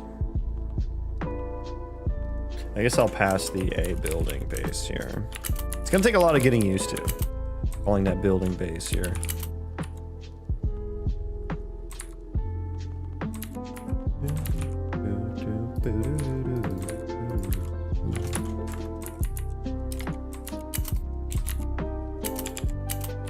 And then game state.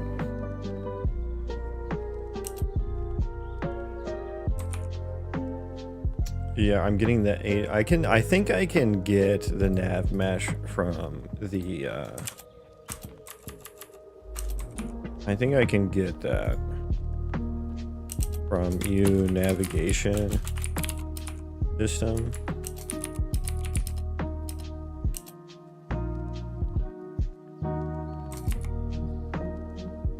Oh, I need the world. But I can get that. Here we go. I can get world from building. So whatever world the building is in. Navigation data.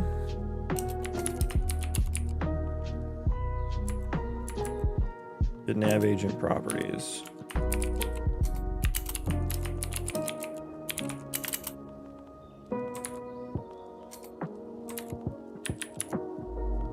Yeah, here we go. Now that fits on one line as well. Okay, so we don't need game state there anymore.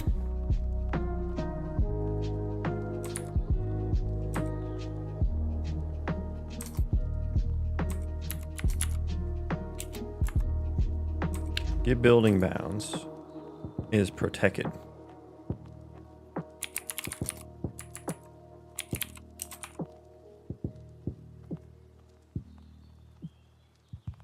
Generate interaction point. This is just going to be here.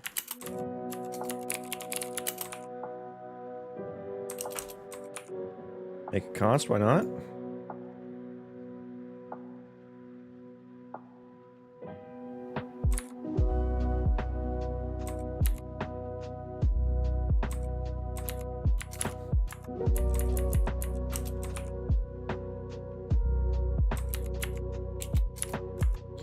Building, yeah, I guess we'll need to capture that. This also no longer makes sense there. Can't capture this from a static context. That means that's pretty meaningless. Yeah, we will make sure that we don't need that as well. Oh, should I put this into a little function? Like get nav agent height? Yoder, welcome in. I'm well. Yeah, maybe let's pop this into a little function here.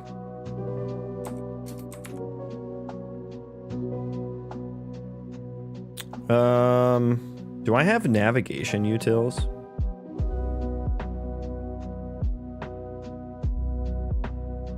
I have so many utils, man. Those generic utils, perhaps. I thought I had some sort of pathfinding utils.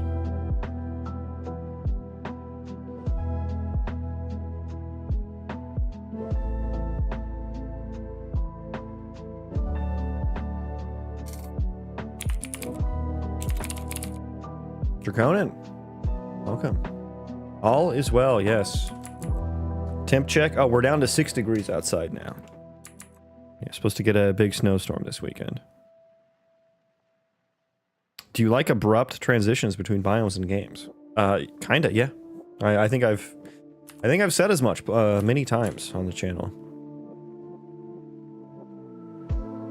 But yeah, let me actually. I use this reference all the time.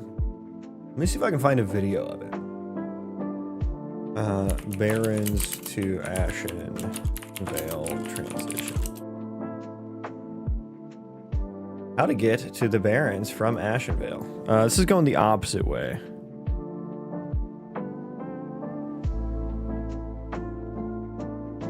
It's always about ally to Barrens.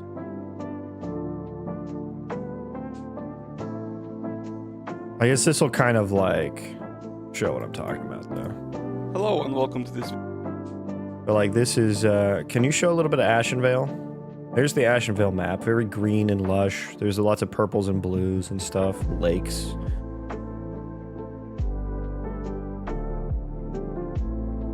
He's like talking about us because like there are guards here. This is like the Baron. I'll make this bigger here. This is like the Barrens where it's all like Savannah-y, right? Like this transition 100% doesn't make sense in real life, right? Like there are like super lush trees and stuff like that, and then they kind of get dead, and then this is Barrens, and these trees start to thin out too. Like those trees don't actually show all of in all of Barrens. But yeah, I like how different it is. Fortunately, we're getting more of an ice storm. Yeah, ice storms aren't fun. Ice storms fuck shit up. That is kind of a better view of Ashenvale.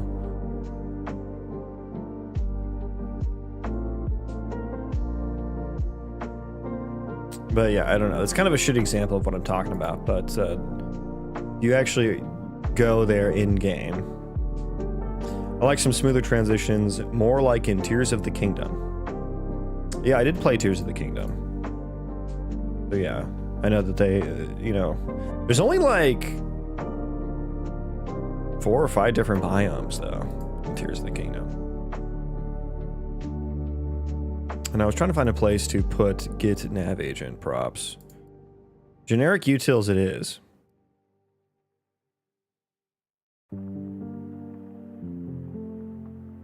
I should move these. These no longer belong in here.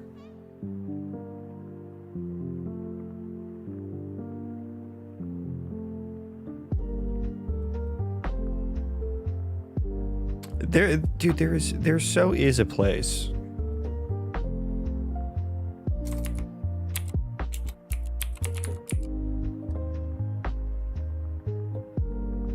Oh my god. Get projection data.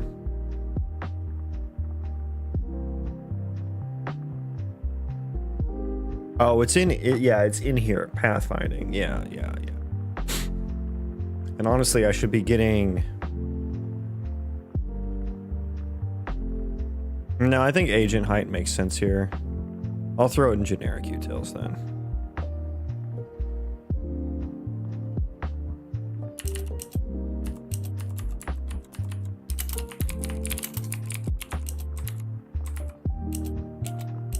U function, blueprint callable, blueprint pure, static, float, get nav agent. height. And then I just need a const U object world context.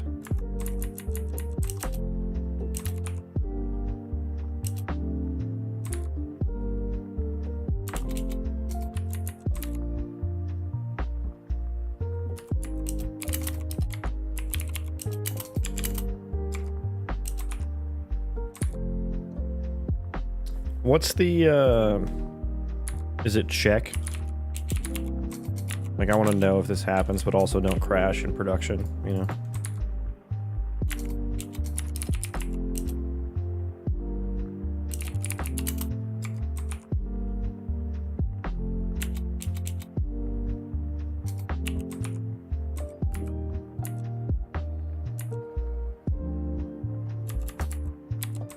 How does this, wait, how does this work? Is it assert?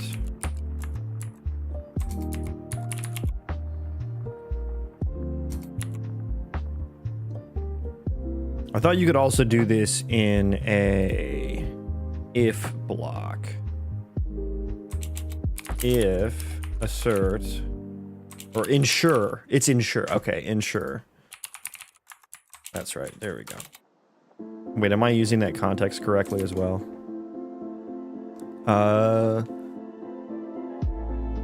No, I think I have this backwards. I think I have this backwards.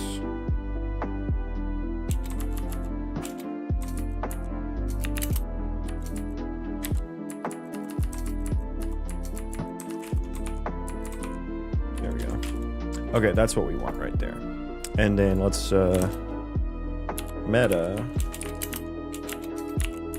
world context. There we go. Okay, so get nav agent height is what we'll use here.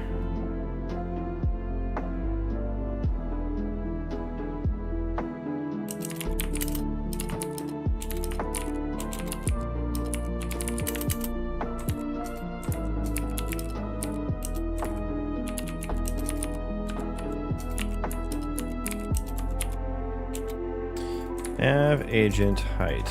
There we go. Copy that. We're going to use this also right here.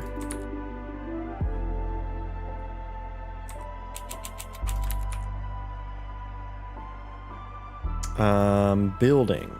Yes, so we need to pass in the building here too. A building base.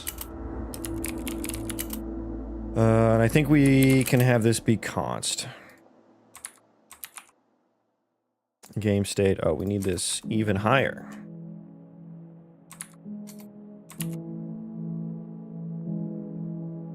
Puri buff. Hello. I'm hoping it won't be as bad as predicted. That's always how it is here. They always like, and I guess that's a good thing, right? You should definitely overestimate severe weather for safety reasons. But yeah, it's never as bad here. I don't know if it's the same where you're at. Last bad ice storm here was about 20 years ago, and it left some areas without power for 10 plus days. I think I remember that. I think I was 10 years old when that happened. Actually, we may be near each other. I won't say where I'm at, but I think we may be near each other, because yeah, we had one about 10 years ago as well. And yeah, there was a transformer in front of our house, and I remember it exploding. And like, red, it was red and blue, it was crazy. It looked like a fucking firework. It was like red and blue. It was like right out in our front yard, basically. It was crazy. But I remember going out, I was a kid, so like we had a trampoline, and we broke the fucking trampoline. We went to go jump on it, because like usually when there's a bunch of snow on the trampoline, it's kind of like fun to jump on. And even sometimes when there's ice. But it was so fucking frozen that we just fell through. when we started to jump on it.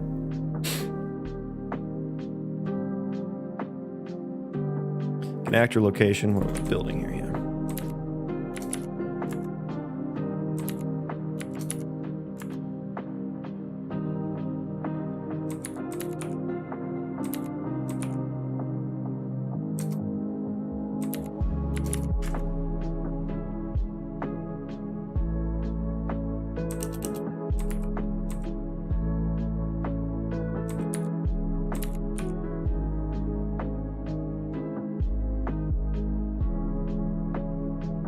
What are you saying here? Has no member. East Coast. Okay, maybe we're not then. We're not at all. I'm in the Midwest, so.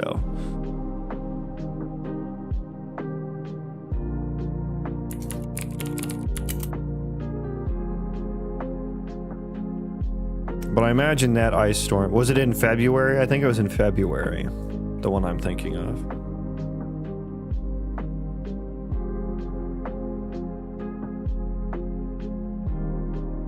Oh, but you're from the Midwest. What are you talking about, man? What did I get wrong here? Oh, because it's fucking cost. I hate that.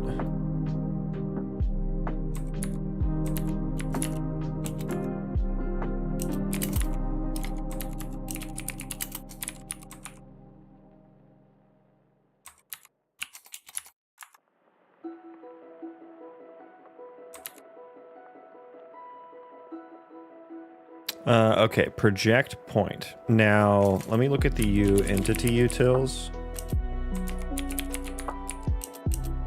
Is there not a project point to nav mesh or something here?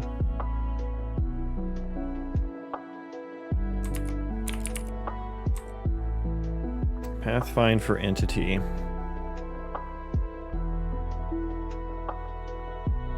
Yeah, getting it this way is a lot better.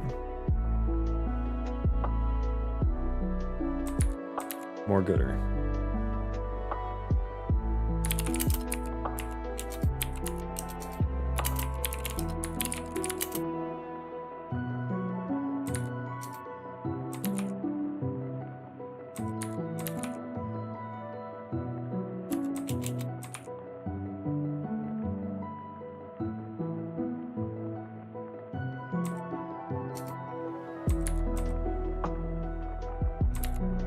Yeah, it's been kind of a lame winter here. Like, it's actually been, I think on Christmas it was like 70 degrees, which is fucking wild and scary.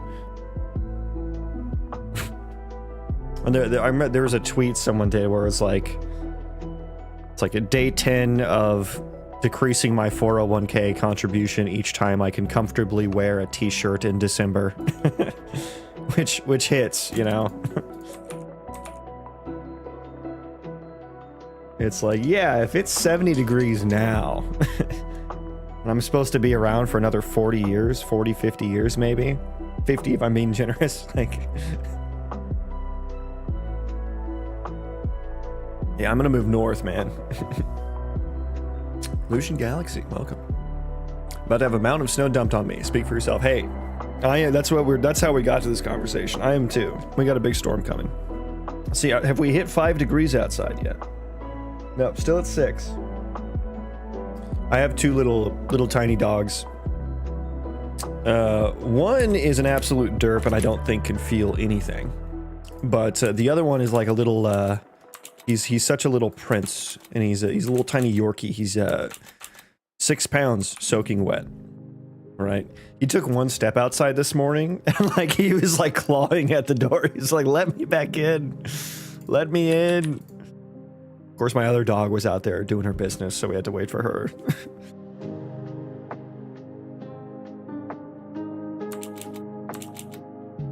But yeah, I was just saying, it's been kind of a lame winter up until now, where it's like, it hasn't, I like the cold, so I like it when it's a little chilly out.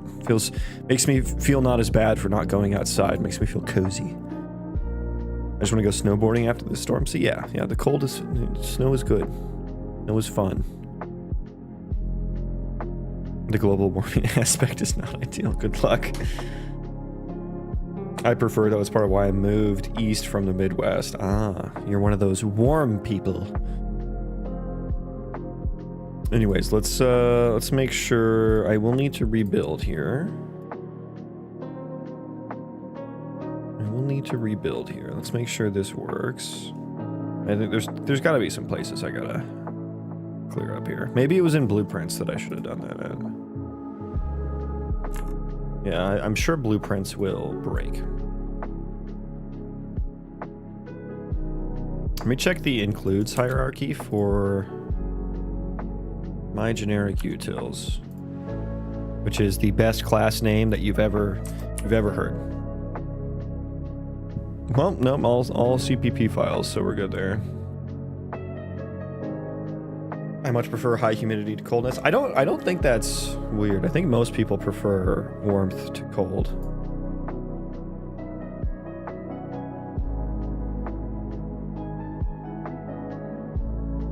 You know, I like sweatpants are cozy, right? I want to be able to wear sweatpants. I got my jammy pants on. It's go time. And by go time, I mean sit at my desk time. Everyone around here thinks I'm crazy when it gets humid, but I'm fine with it. The natives, the locals, they're not used to it by now. It's like the most humid I've felt is in fucking New Orleans. And it was gross humid. It was yucky. Like you would just step outside and start sweating. I didn't like that.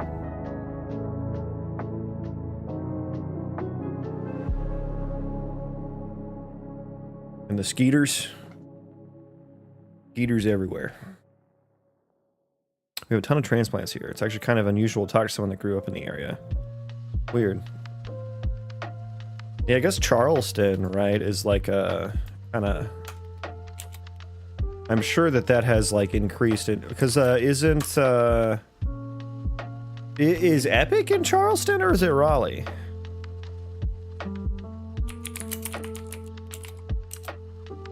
Oh, Epic? No, that's a different Epic. Oh, it's in Cary, North Carolina. Where are you at, Cary? Maps.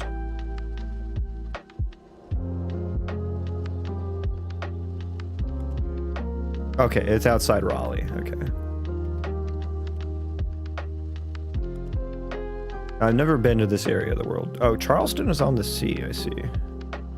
Oh, and then there's Charlotte, which is another big city. Yeah, y'all got some big cities down there, so.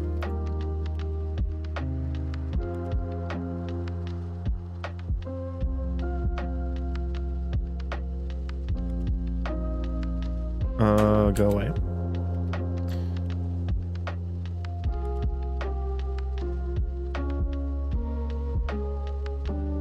Like skiing and snowboarding, but otherwise I can't stand the cold. My joints get very painful when cold, and it's been that way my whole life. That sucks. It does suck.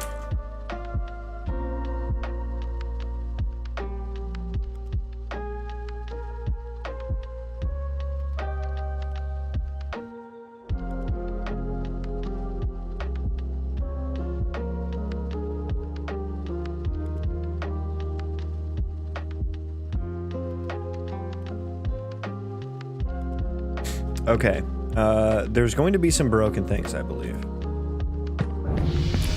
No. Okay, that's interesting. Can you still construct that building?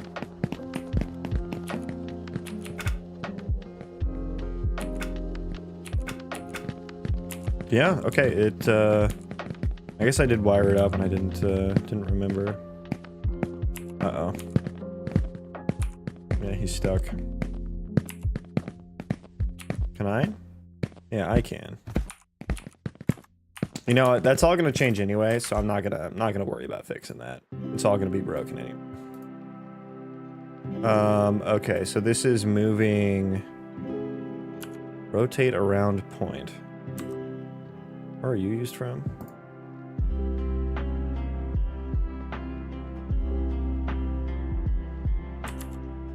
Okay. That's, I suppose we can keep that one in there.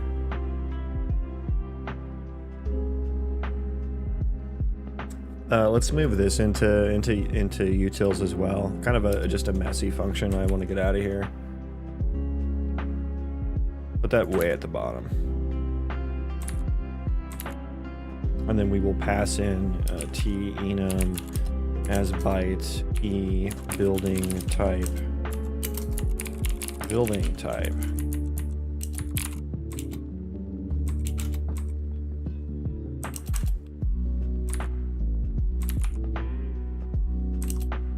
Change to static. No, it doesn't let me do that because it's const.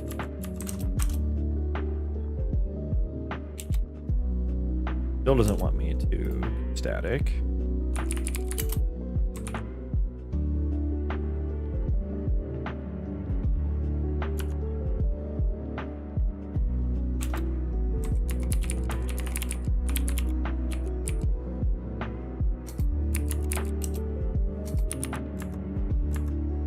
Get default socket name for building type, which do I have that somewhere already? No, I don't think so.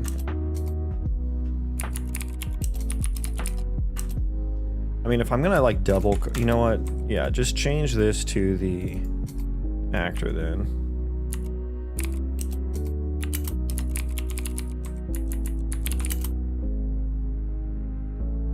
Default, I don't know. Type makes more sense.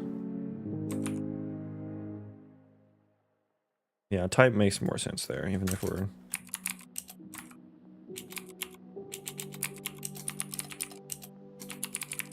Which that's going to need to change, but oh well.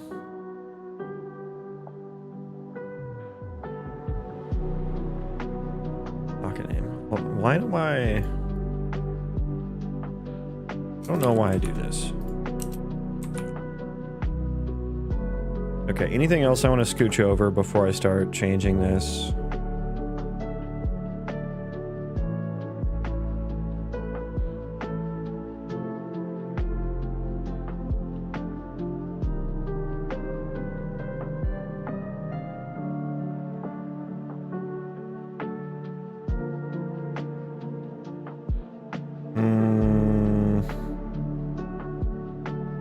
I don't think so.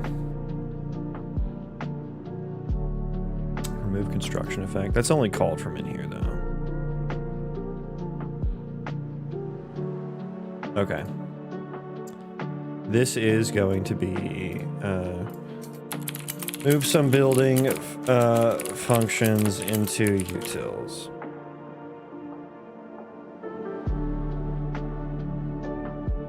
Commit and push that, yeah. Okay, so here is where we need to start. I put the ISMC in here and I didn't even end up doing anything with it. That's fine. That's fine. Okay, so we need to initialize this. Construction progress widget. Oof, that's going to be an annoying one.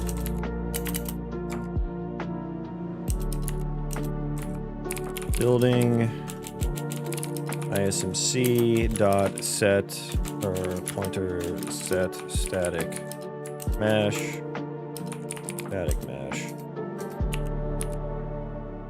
Can I do that? Oh, it's a right. That's a static mesh component. So do that. And I guess all the other settings can be set in blueprints. Although I hate that.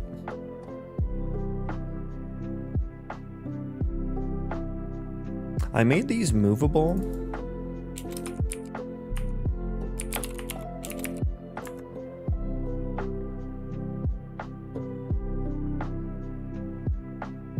Yeah, I think stationary makes way more sense.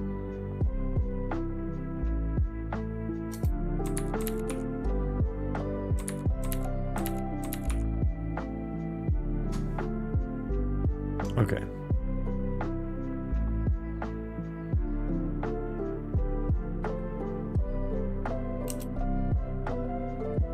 So construction progress widget.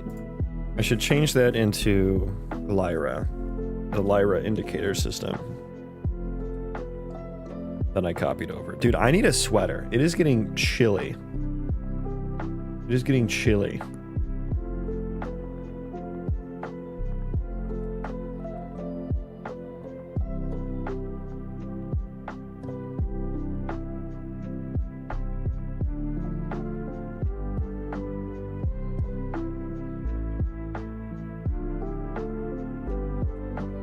I will worry about that. Oh, we should delete game state now too, right? Don't need that. Don't need begin play either. Post initialized components. Yeah, let's just start getting rid of stuff. On serialize, I need to do that. I will need to do that, I think. Although These are effectively going to be... No, I think I do need to... I don't know. Kick that can down the road. I don't know what I'm going to do with the serialization yet. Okay, so when we init building object, it's actually going to be for an instance now. And where is my, like, spawn building? Isn't it up in here? Up in here? Up in here. Yeah, okay, so... This is where we want to... we have the class. T subclass of a building base. Yes, so if... Or rather, we should find or add... No, we can't find or add because it's the T object pointer. So we'll say if... Building actor instances... Find... Class... I'll go auto... building base, which we should change the name of actually now. Building base or something like that. So if we don't have a building base, we need to add one in there. Add class, and then we can do this bit here. I don't think we will need to do any of that setup there. Well, let's maybe make this prettier.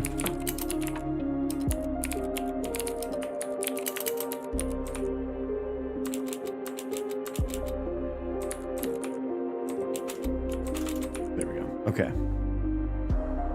So we have the new building actor, which I hate the name of this now because this isn't the actual building anymore. It's not going to be.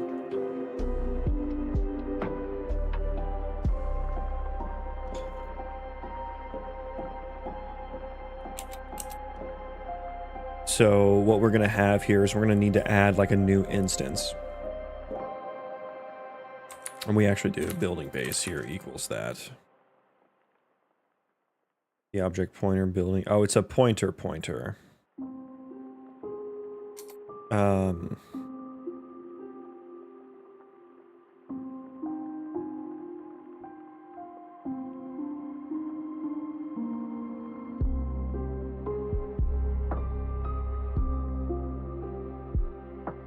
Okay, we'll do this. Do the old-fashioned way. Contains.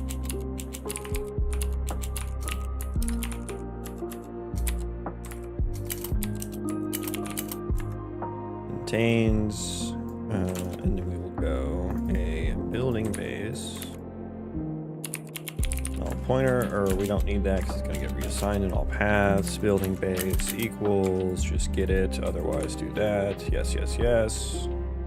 Okay, so we have the building base, which let's just call that building to match up with what it was before.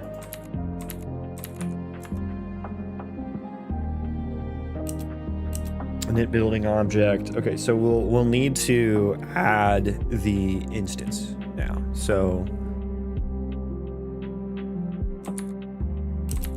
init building object, I think we do this, and then this returns an instance here, an instance ID.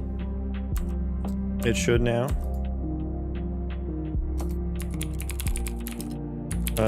Primitive component ID or instance ID? I forget which one. We'll figure that out here in a second, though. What I called it I think I just said building ISMC, add instance by ID. What do you return? You return primitive instance ID. Okay, I guessed correctly. And I will need the transform passed here. That makes sense as the first parameter, methinks. On transform.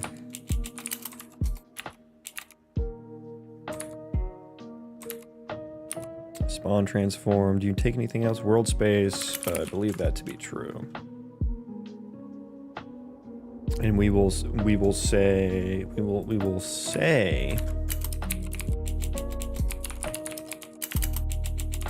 that right there. So now All of this state we don't want here. We don't want any state here. So these kinds of things. Entity archetype actually can stay. Building data handle needs to get fucked. I'll be honest with you. What?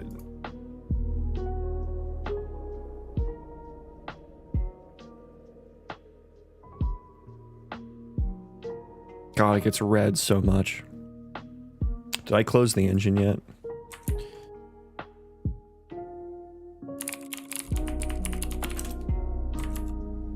Building data handle.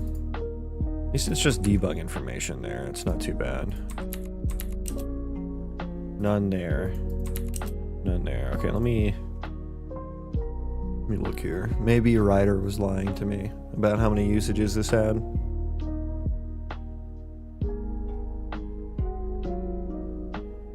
Okay, so no, we're actually good. We're actually good. We don't have to worry about that. Really only where it matters here.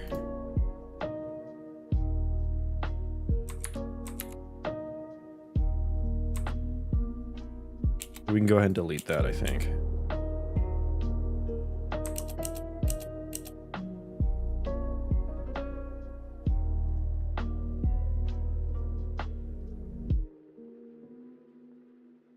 And then the building entity data, I think, is this where we want to put the ISMC ID? I think so. This is a massive, this is a massive fucking struct. But see, the thing is, these building settings have the class on it, which is what we're going to use as the key for looking up the ISMC.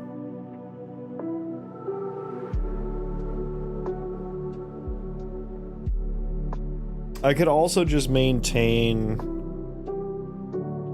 a map on the actor, just a T map of entity to instance ID.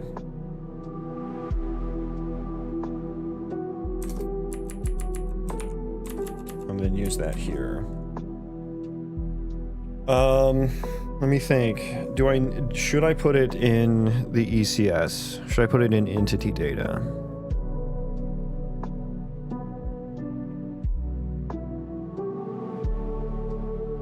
I mean, I can work my way. I can look up stuff either way. I'm just trying to think of like what would be the most clean.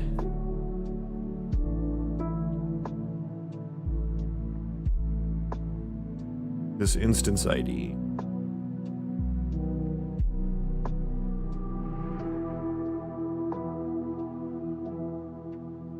So if I put it in entity data, I have a map of entity ID to instance ID, but I don't have it the other way.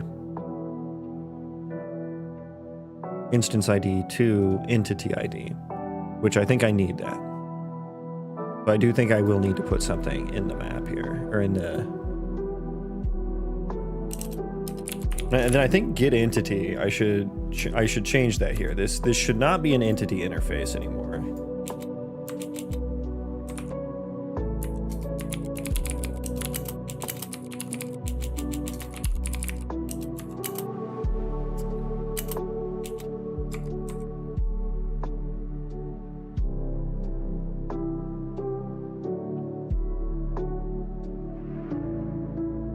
That doesn't make sense anymore either.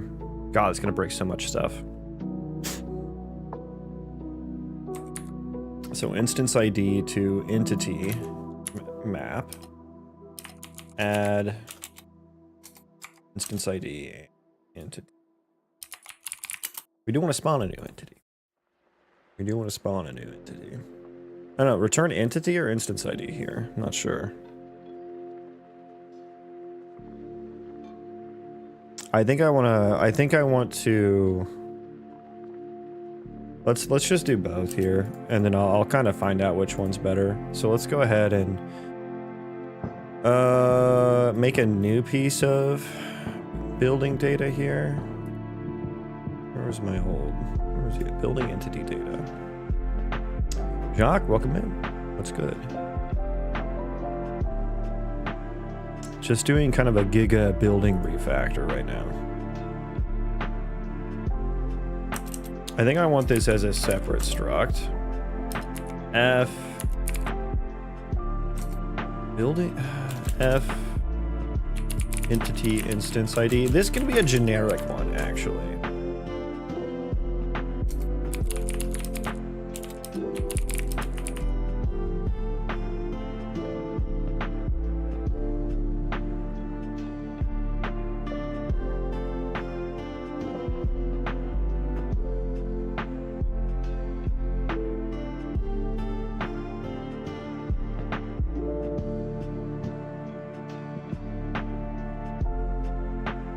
Programming's going well. It's going well.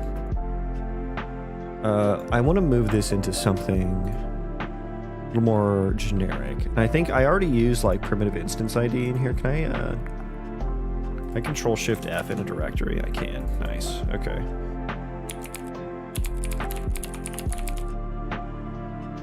ISM entity data and then world item entity data.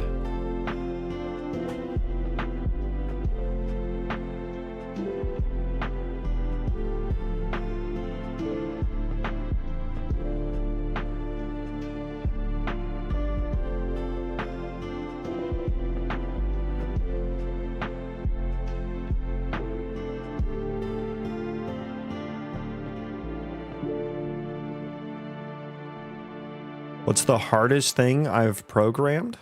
I have no idea.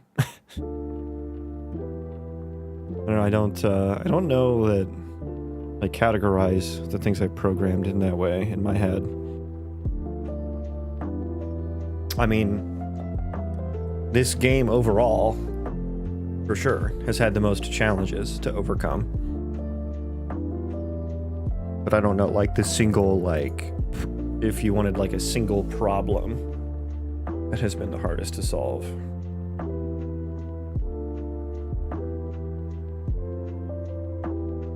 I'm not sure what that one would be.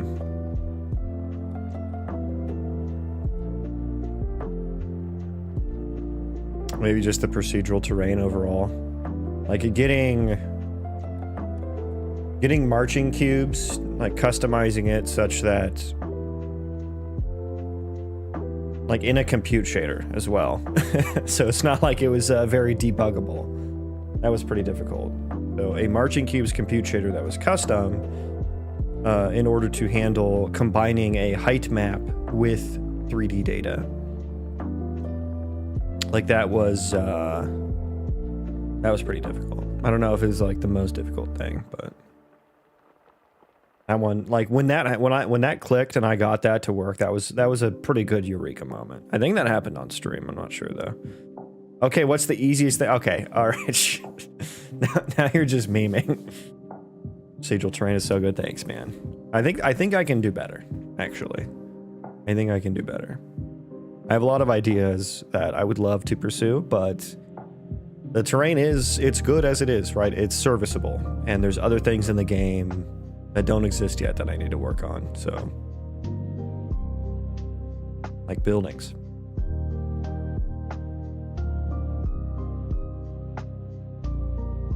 But I mean, like, it's like once you solve something, like it's solved, you know? Like the easiest thing I programmed, hello world, but like at the time when I did that, I didn't know what the fuck I was doing. So yeah, that was hard. There have been some leak code questions that I've done that have been fucking difficult.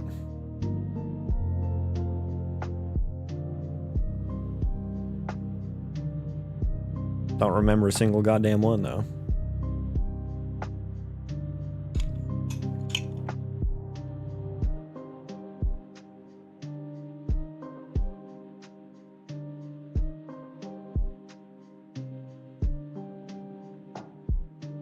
What do I want to do with this entity data? I try not to remember any lead code. And then you got to study whenever you change jobs.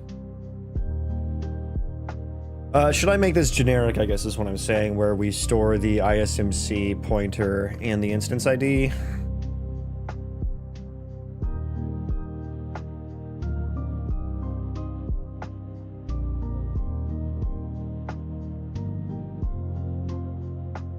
I don't know. I think we can probably, let's just like make this specific building instance entity data.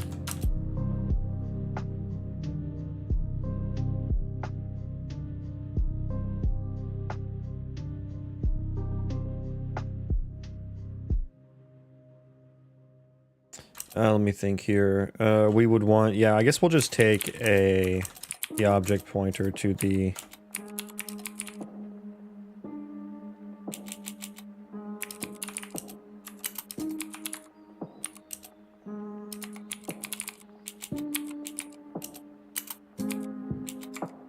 I guess we'll just do that for now.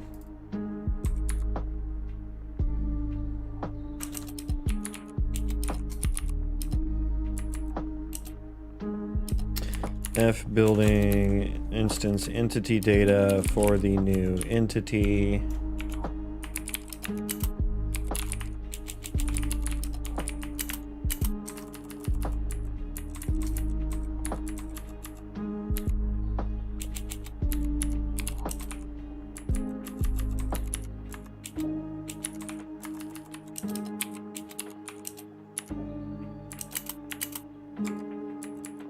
Okay.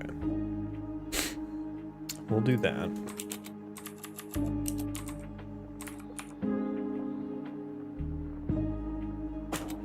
Okay, so that's all like set up.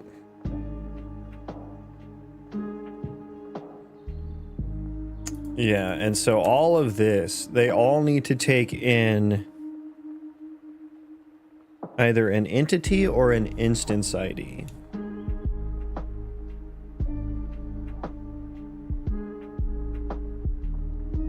Is that how I'm gonna do that?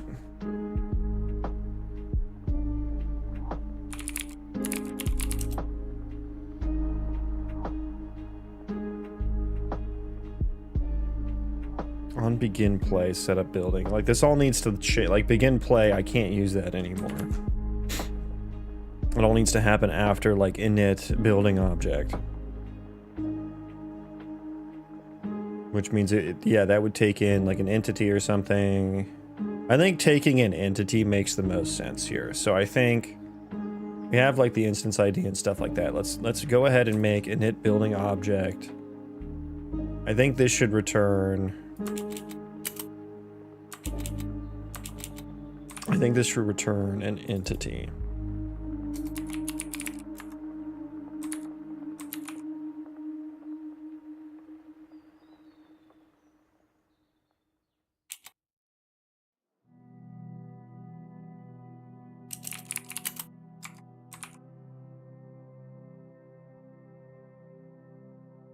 If entity archetype. Yeah, this is interesting.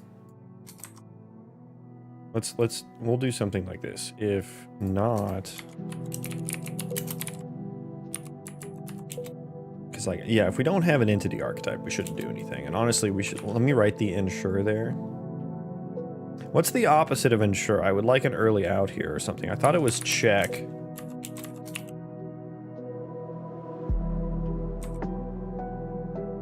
Verify? No.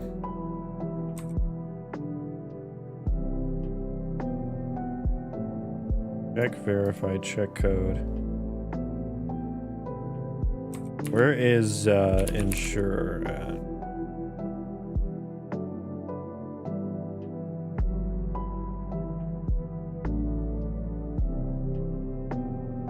Oh. Okay, I didn't know about this. Rather than crashing, an error report with a full call stack will be logged and submitted to the crash server. I had no idea. I thought that that was just for like a search, like in development mode, it would take your debugger there. It's useful when you want runtime code verification, but you're handling the error case anyway.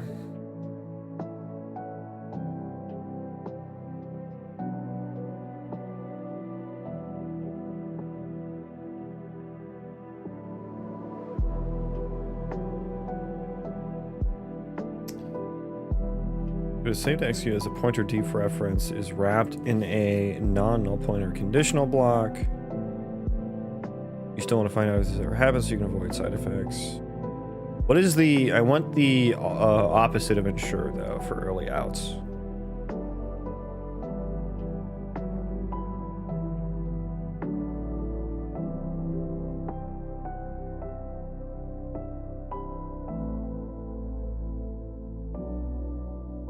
Where is the actual ensure definition?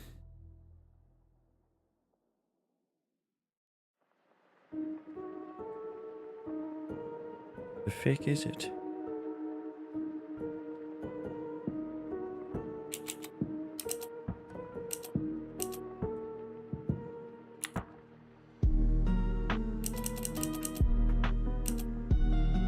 Where, I mean, there's got to be one, right? What's the opposite? Okay, hang on. Unreal Engine.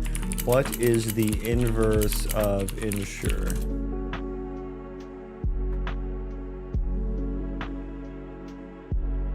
Oh, you can just put the opposite condition in there?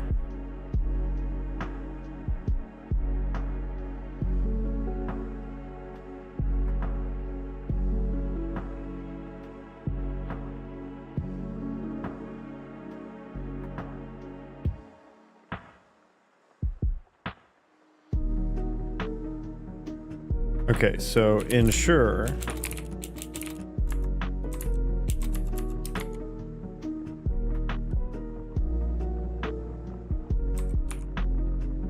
So wait, does it log if the thing is true or if it's false? Is this something that is done in the engine?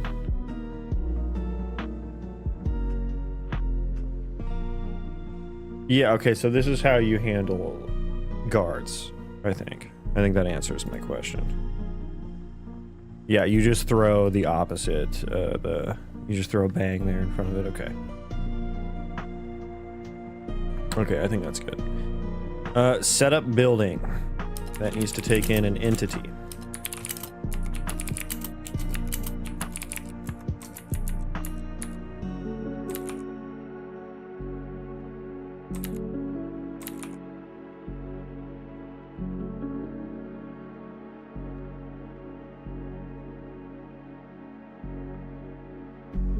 And with that being the case, this can be static now.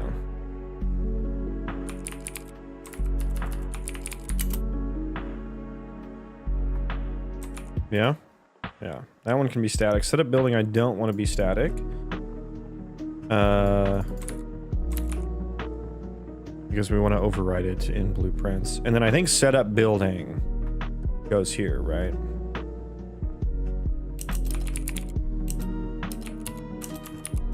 I think that would go there.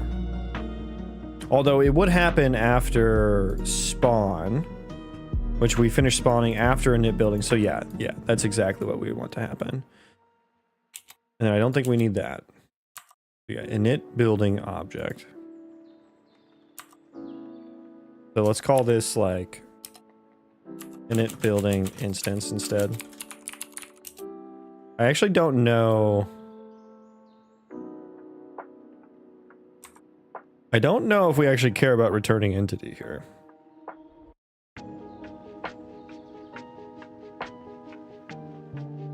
Okay, finish building. Blueprint usage.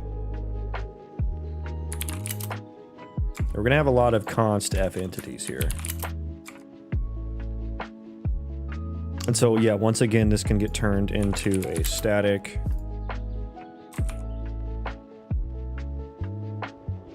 Get sleep location. Yeah, I don't think I don't use that anywhere. Let's just delete it. Sleeping is broken and has been broken for some time. Where are you used? Get named component location. Chair. Okay, it's like sort of used, I suppose. Okay, let me go down here. So we're gonna also get entity. We're gonna change you. We're gonna be a little bit different.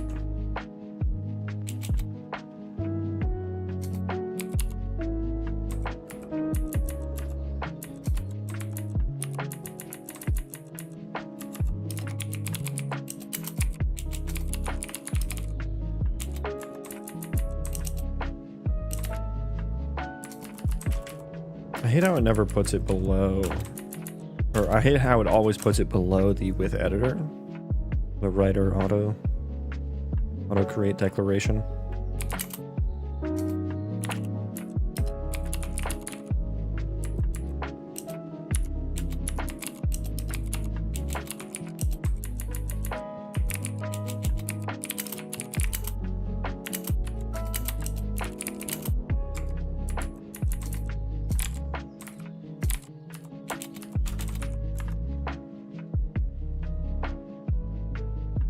Okay, so we have that get entity there.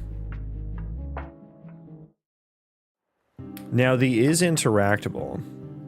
The interact action, the construct action now, before I get too ahead of myself in here, the construct action should now have an F primitive instance ID or an entity on it. Not sure. Maybe these interact actions would all benefit from having an entity on it, since now literally everything in the game is an entity now. It didn't start that way. So that's actually kind of cool. I do like that, because like when I first started, I was like, okay, just NPCs are going to be entities, just so I can, you know, do the needful, do what I need to do. And the more I used it, I'm like, wow, it's actually really useful to have everything registered with the ECS. And I thought like putting more stuff in there would overload it and like, you know, make it, you know, make some of the NPC stuff not as performant. But like with the way that you can create views and groups, and you can exclude things, and you can just use like different tags and stuff to signify what type of entity it is, like you really don't need to worry about that. So it's a bit of a naive assumption there on my behalf. So that's all suffice to say that like I was like passing around U objects here for like interacting actor, interacting object, interacting with object. Maybe just entities are the best thing now.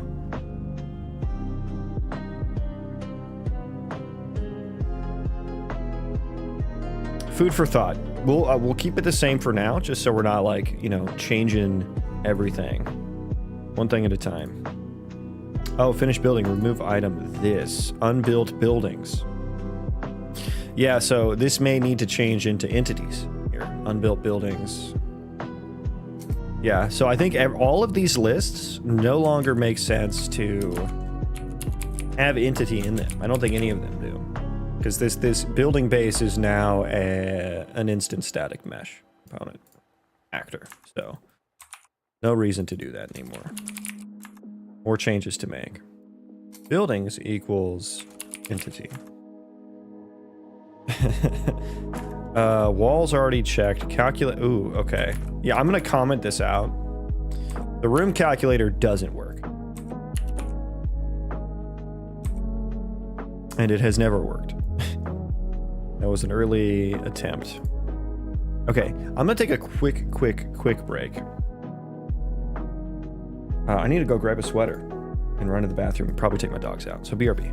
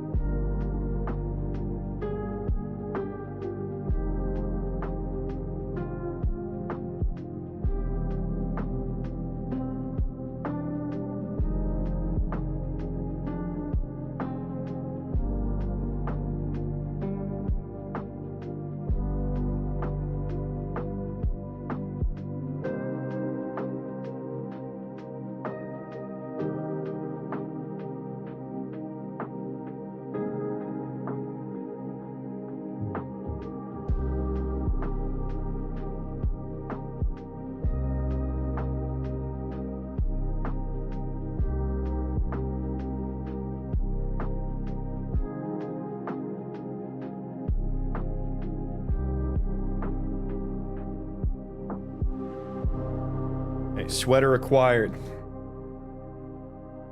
We are down to 5 degrees officially. We have dropped another degree outside.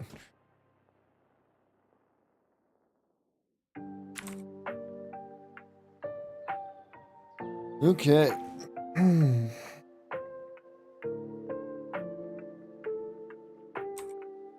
Back to the refactor. Can be constructed. I'm curious as to where this one is used at. Is valid select target trace. I see. Yeah, we could. Yeah, this can take in the instance ID. That can take in the instance ID. Now here's a question. We have a hit result here.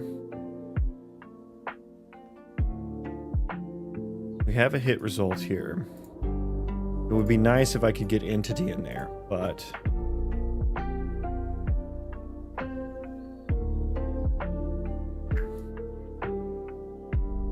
it'd be nice because then I could just go straight there. I want to find usages, please. What? Is a local one? Hit result. Can I please find usages of this? Oh, it's the function param. Okay, that makes more sense, I suppose.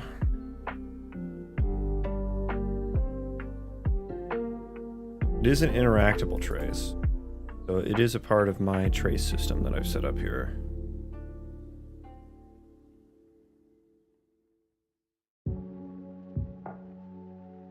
And it should, and it is returning a my hit result. So here, this type is my hit result. This type is my hit result. Okay, so we should. Oh yeah, we have the targetable here. Okay. Yeah, so we do have the entity. We should have the entity there. Let me just confirm that I have this set up such that it will populate it. I think I do.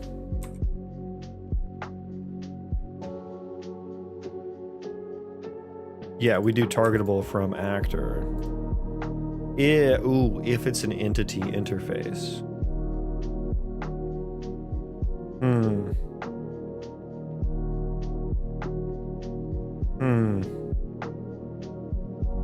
So I will need to update this actually. So targetable from actor. Maybe. I think this needs to change a little bit here. Is this only used here? Targetable from actor. Yeah, so only in this file. But this needs to be. Let's change this to make targetable from hit. And then we just need to pass in the result.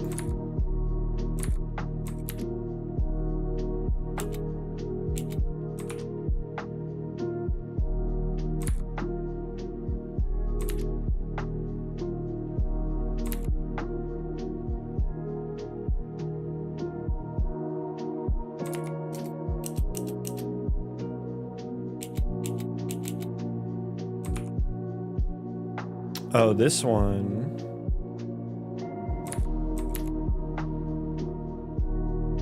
Okay, yeah. That one's good.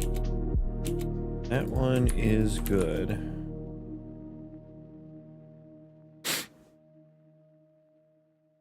Okay, so then now once we're down here, I can still maintain the previous functionality of my hit result dot get actor, check for the actor interface, call it, you know? But then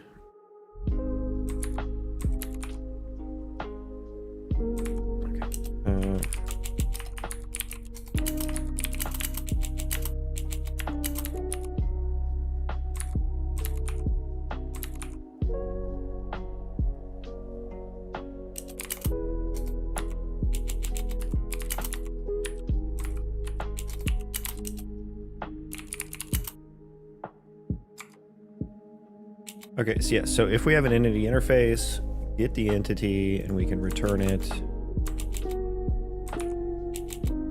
Otherwise,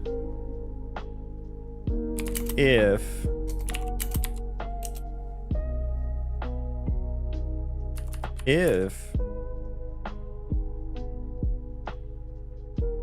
I have an entity, and this is maybe where the instance ID generic would come in handy, the generic entity data. Because then I could even do targetables on world items too. Yeah, I think that would be a positive thing. I won't refactor everything to use it now, but I think changing this to something generic would be positive. So just call this instance entity data. No core redirect necessary. I will make a new file for that.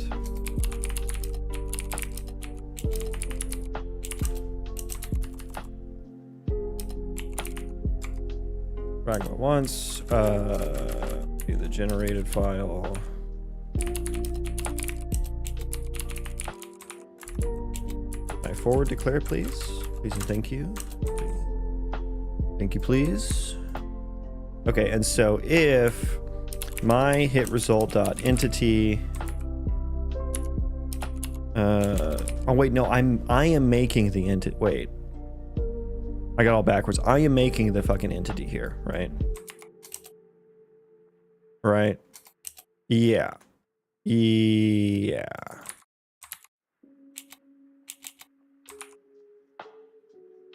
Why am I copying things?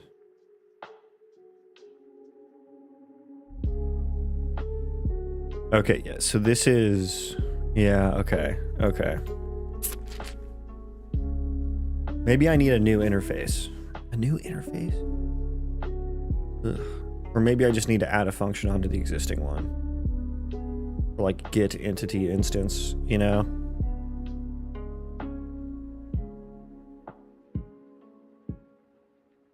So such that it has the index or whatever on it. I think that's what I'm gonna have to do.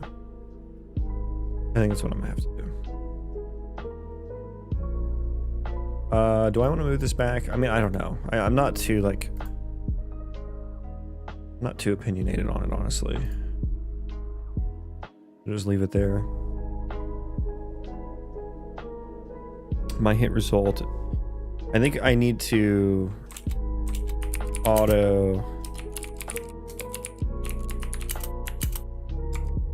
Yeah, that's what I want.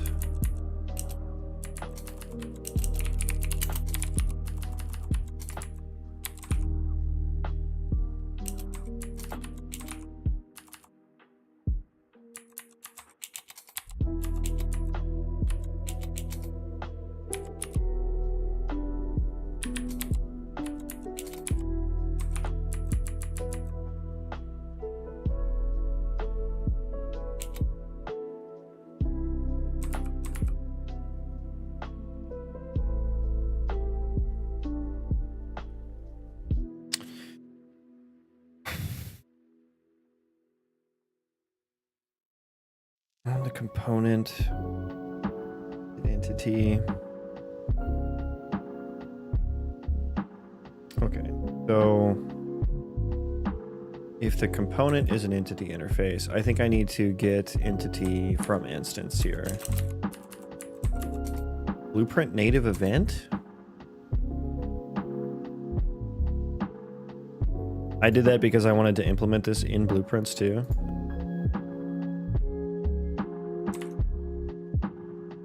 Why? I forget why.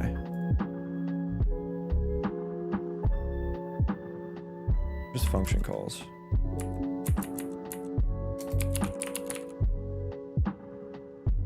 Yeah, I wanted inheritance for some reason.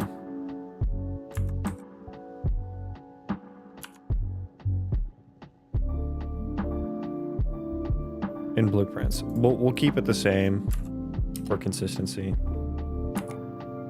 The get entity from instance f primitive instance ID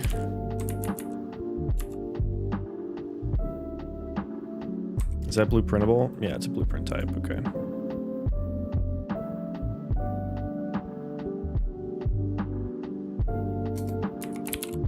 Oh no, but we don't want the ID, right?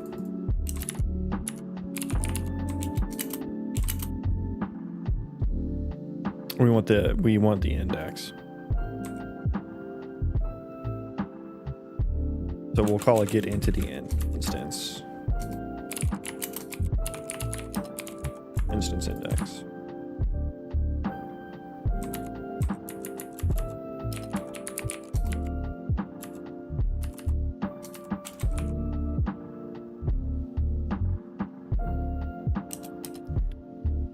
Auto components. Component, and then my hit result dot item. I think it's item. Or didn't I determine that already? I always get that mixed up.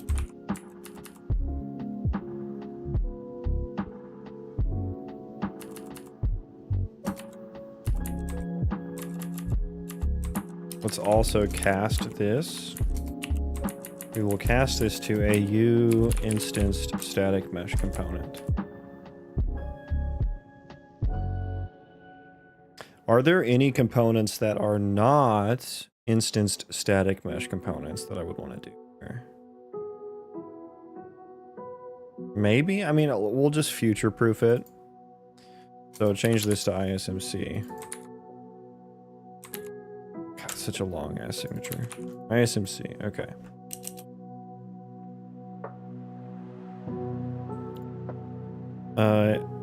And if we don't hit that, we'll just do component.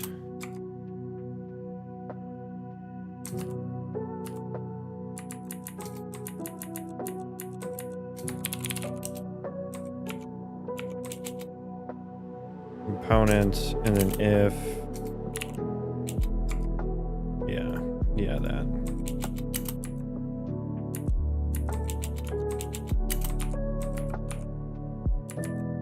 And that's what we want. But now I need to implement that. And I'm gonna call it on here, or rather implement it on here is what I would want.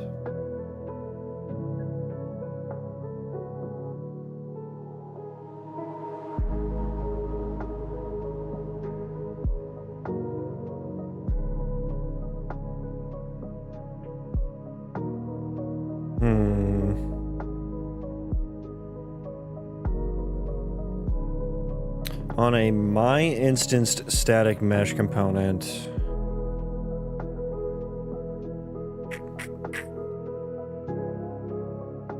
how would I do this?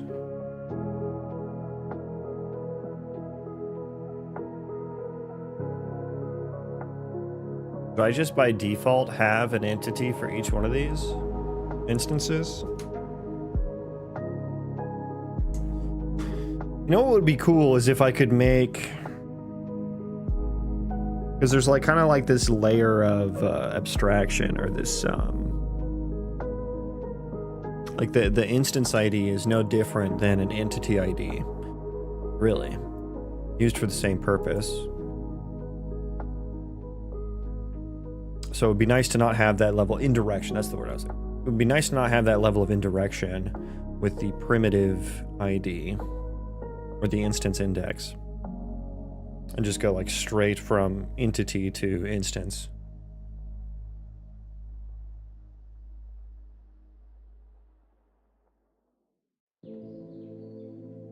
So I'm wondering now, because basically all of, I mean, I guess there aren't entities. Earlier I said everything in my world was an entity. That was actually a bold-faced lie, because not everything spawned is an entity. And I wasn't really thinking very hard when I said that. Buildings are entities, items dropped in the world are entities, NPCs and players are entities. things that are spawn, like the environment items, are not entities. That would be a fucking lot of entities. That would be a fucking lot. So no, not every instance static mesh component would have an entity. Okay, so how am I going to, where do I want to have this interface of like, hey, I traced against something, and it, maybe I just need to, maybe this actor should be an entity interface. This building actor should be an entity interface still, as it was. But it only implements the entity instance. And then we can say something like, if here, you know, if get entity returns an entity, because that's going to be the majority case, we just return that. If that returns a valid entity, then we do that. Yeah, that would be way easier. That would be way easier.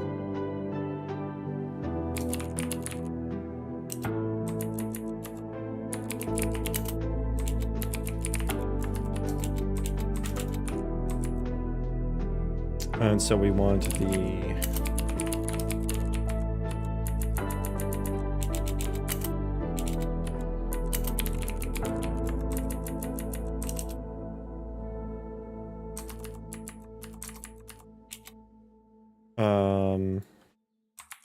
yeah, we do that. So it's going to be by index, but then I need to do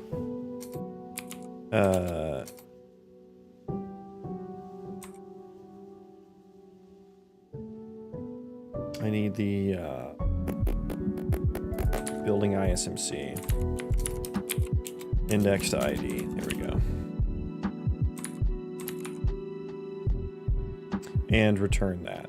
Okay, so now that we have that, go back here. Delete all, honestly, delete all this. Almost all of it. So this is F entity.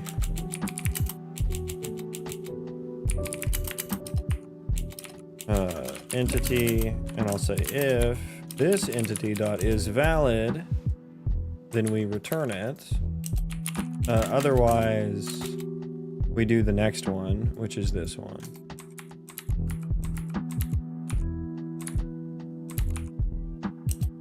And that's it.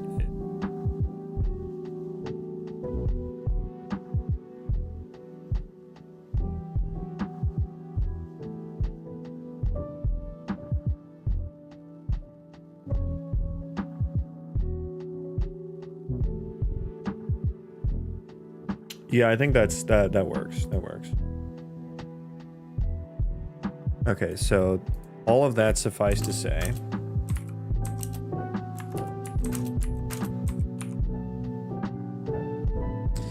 Can be constructed. I could pass the entity here now. All of that was for that purpose. So we can pass the entity here.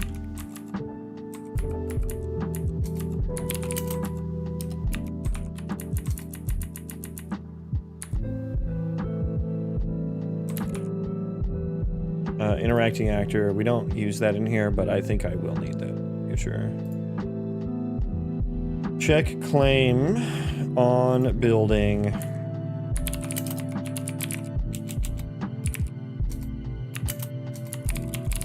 Yeah, and I should maybe, yeah, since these are all going to be like statics, basically, we should put building entity on there for clarity.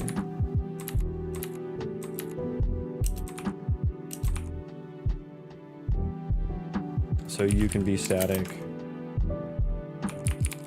You can be static.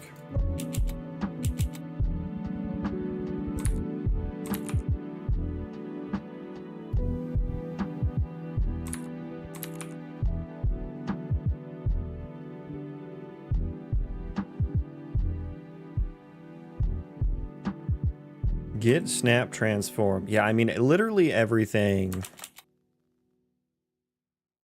is going to change to a static unless it references some property on the ISMC. Like the static mesh. Like if we need to get like bounds or something, the bounds of the static mesh.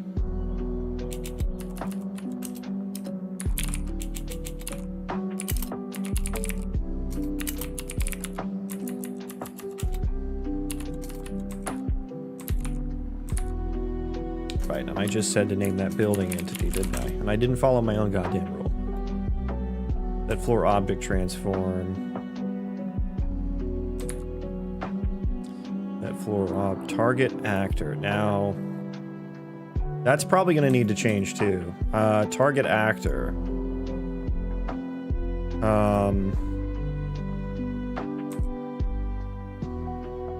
Target actor, get actor rotation. Yeah, that'll need to change to an instance.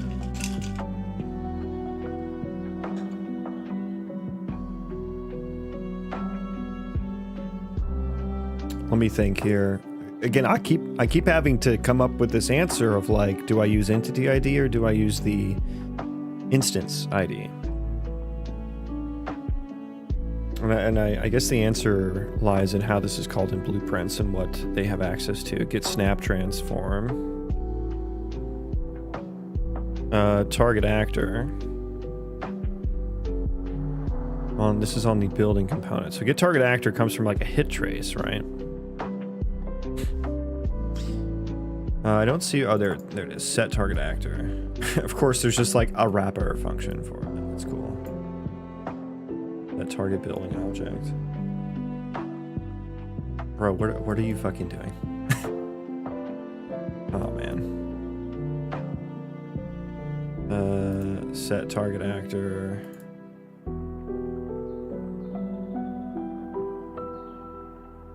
Update target actor. Oh my god, man. Set target actor, update target actor. There's like 3 different layers here. And it just comes from a hit result. So, I mean, we should have an entity there, right?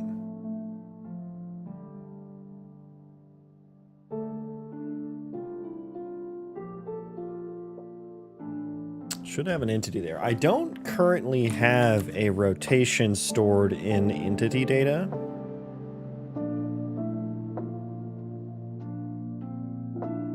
And we're getting rotation here. Set flow, get snap transform. It's like I can add some more data to entity data, but like I don't really need, I don't think I need the rotation data in entity. And since it's already stored as a part of the instance transform, I should probably just use that.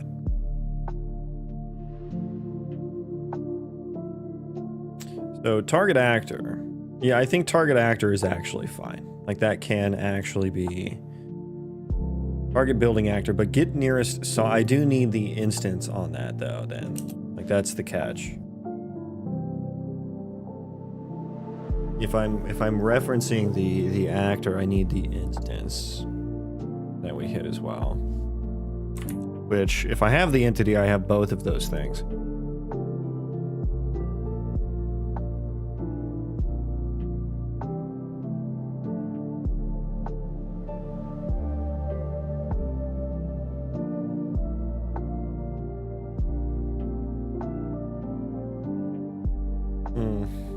Man, that sucks.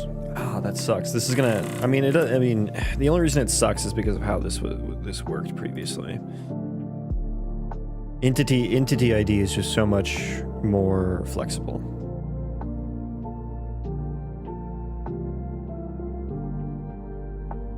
Because then I would just use this right here.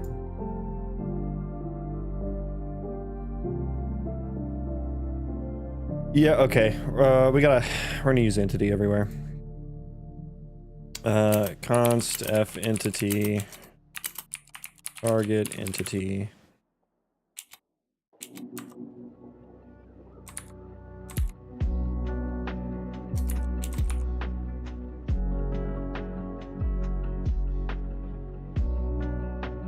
And then I guess I need to look up the instance entity data.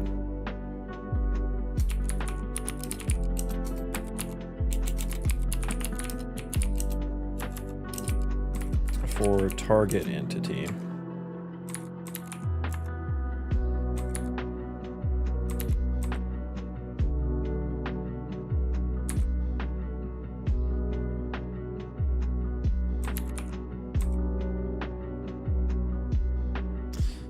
Target entity. Okay. And actually set floor object transform. That should maybe just get passed in the instance entity data. Yeah. That's what I.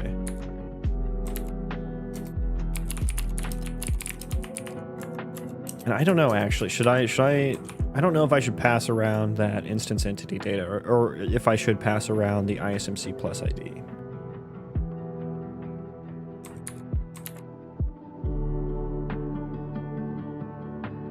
Honestly, a bunch of statics on the instance entity data might not be a bad idea. Or you know, just like a set of functions here. Boom! Welcome in. We're doing re-snactors. So like a get F rotator, get rotation would be something like.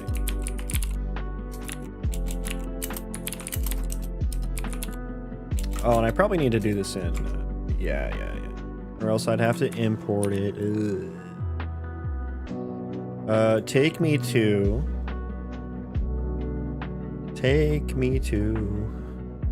I don't know where I want to be taken to. I want to be taken to the private directory. And we want to make a new file for instance entity data CPP. We want to include the header file. Yes. Why didn't you do that?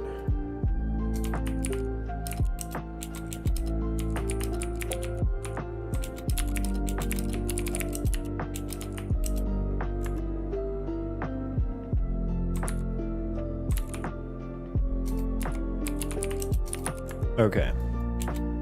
There we are, and we can import that and get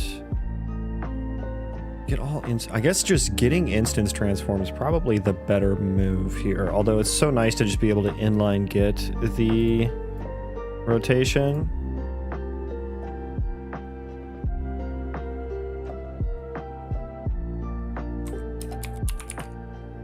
An instance transform by ID.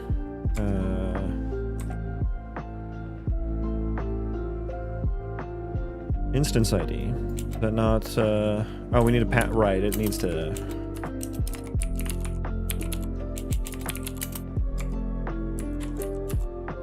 Gotta pass it.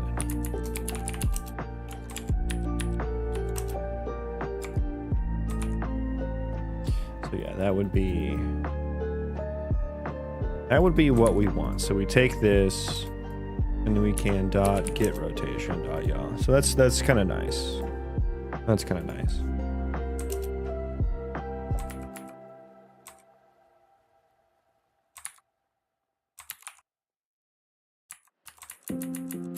Instance entity data for declare that. By the way, boom, I think I figured out the mesh situation, the skeletal mesh situation. Oh boy.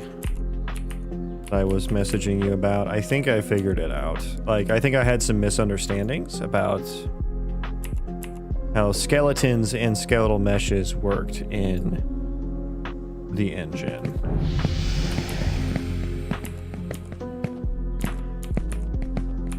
And so, like, even though, like, these two skeletal meshes are using the same underlying skeleton, the skeletal meshes actually carry information about the skeleton's bone proportions. That's a part of the skin weights, I suppose. Because, like, I was talking to my animator, and he was like, no, they use two different skeletons. And I was like, well, no.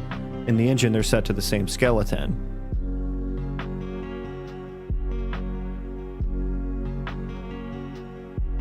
Yeah, I was confused as to what was going on, too. So I probably wasn't being very, very clear. Maybe let's not do this on the Nike one. Yeah, let's not do that on the Nike one. but like you can see the bones here. When I change to the female, you can see it no longer matches up with the bones. Now the skeleton here is the same. That is going to be the same as my female one. Same exact skeleton, but that is literally just a set of bone hierarchies. It's just a set of relative like relative bone positions and rotations. So if you look, you can actually, the bone proportions are changing. And what made me realize this was, if I can open that, please. Thank you. So if I go here and like human male,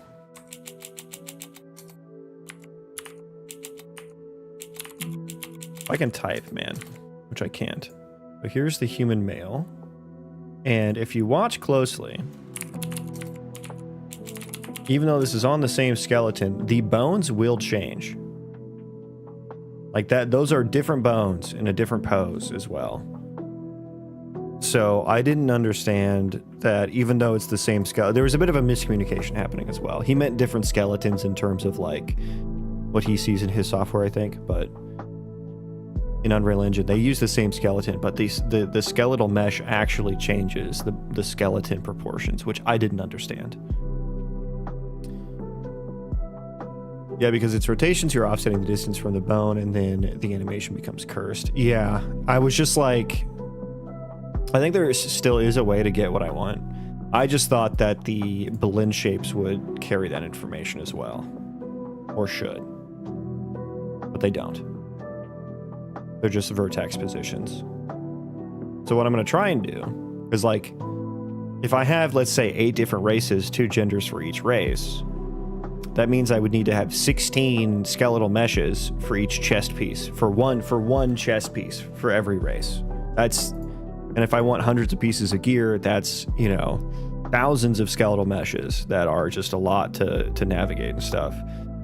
So if the modeler keeps all the vertex IDs the same, which I think he has been, I'll make sure that stays the same moving forward. But I think what I can do is I can just have because like for all of the female skin weights are the same per vertex, right?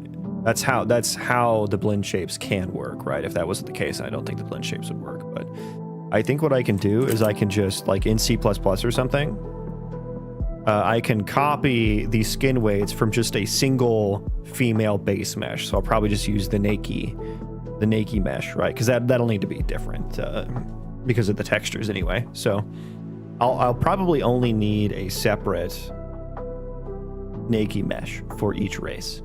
And then I can copy the skin weights from that onto like a single version of the equipment. And then all the races will be somewhere on this axis here.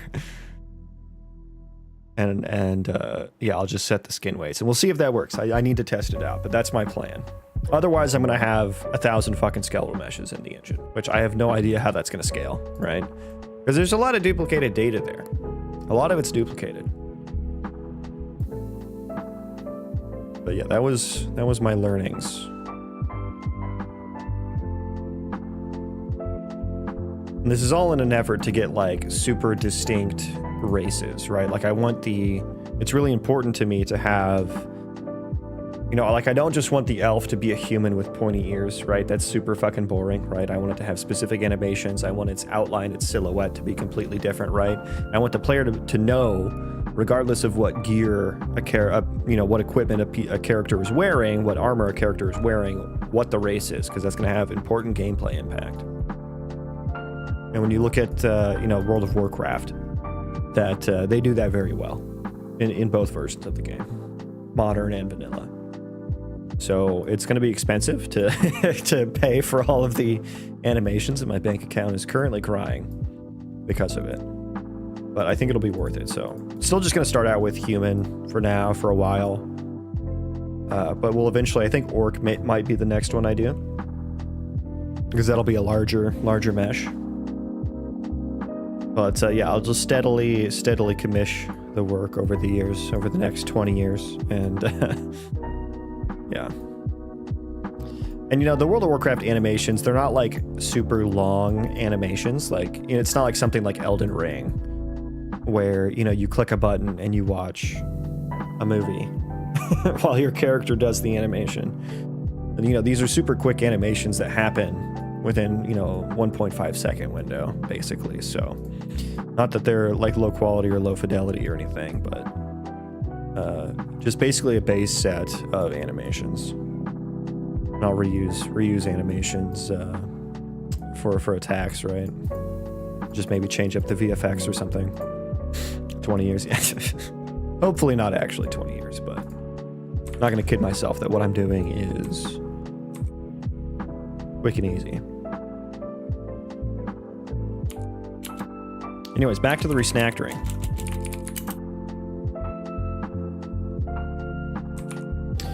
Get grid offset.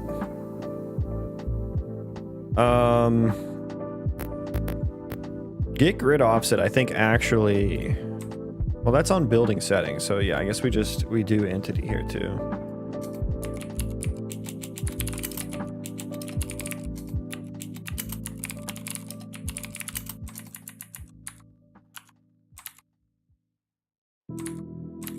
I wonder why I should just use AI to like just, hey, change every...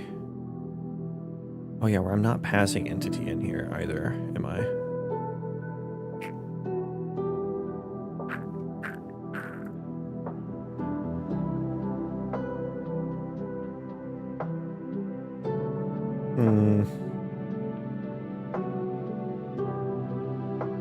I mean, I guess I can just get it from the... I think it makes more sense to pass entity in here, though.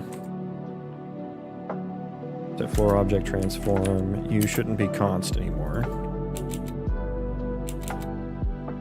Change this to building entity as well.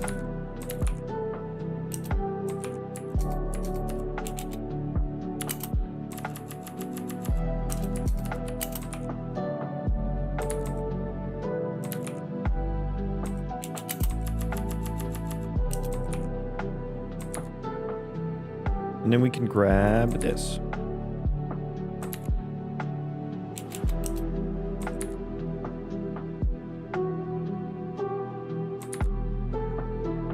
Oh, and this was supposed to be target entity. Yeah, target entity.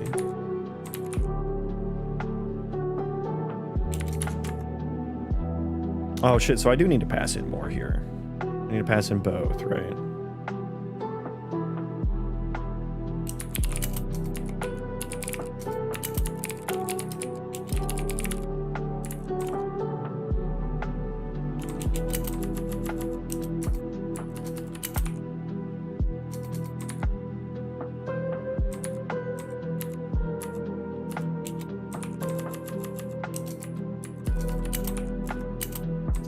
Building entity. Yeah, there we go. Okay, that's sort of done.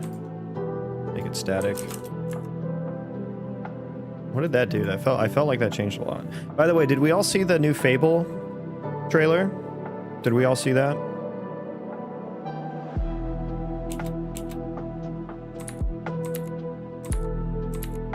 What are we thinking? Who played Fable? Who played Fable back in the day? That was I played Fable 2 and 3. Fable was it was a good game for me. I loved Fable 3. They had this like their equip menu and stuff is like you would press the start button and then you would literally get transported to like a room that they had preloaded, and then you would go through your physical wardrobe and like you had the same for abilities. You had to walk down this path, like select which abilities you wanted. I was like, cool idea, but that was super annoying after a while. But other than that, I love the game. So it's like literally something that you would usually click through a UI menu for. You would have to move around in 3D space for. And at first it was cool, but yeah, that gets old, you know, halfway through the game.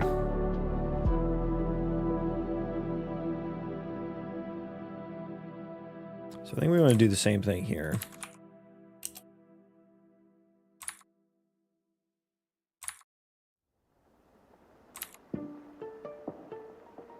But the new trailer looks pretty... It looks visually so good. It looks visually phenomenal. Visually phenomenal. May as well just get the transform here.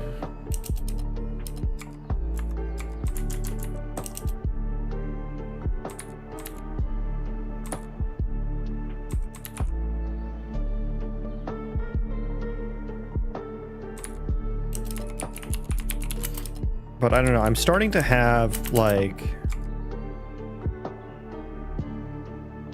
What are you doing? Ooh, okay. Let's change this to out transform to avoid confusion. But, like, I'm starting to have an aversion to games that visually look really good. Because I'm just like, my first thought was like, God, I hope it doesn't suck. And it's almost like the more visually impressive a game looks, the more it feels like they're not going to focus on the game design of the game. Like they've spent money, too much money on the art side.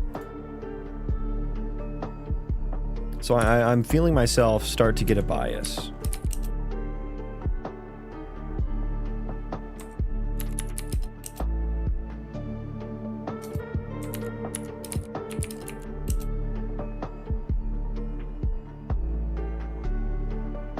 Rotation. Oh, I need to get the rotator. Oh, that's annoying.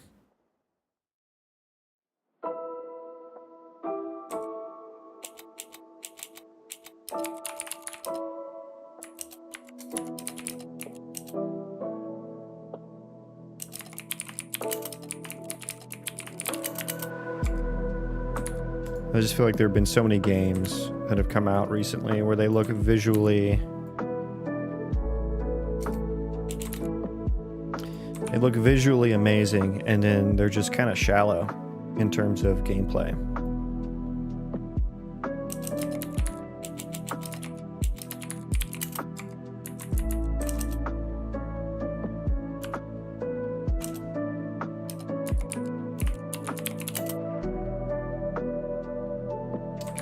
Copy pasta old fashioned here.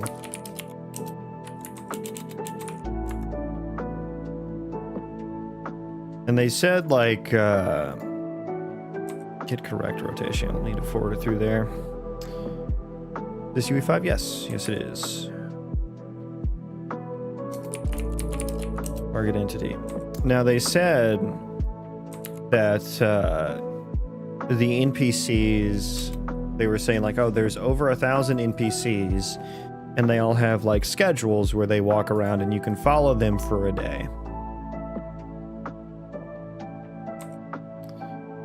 And, you know, they can be upset with you because you can buy houses there.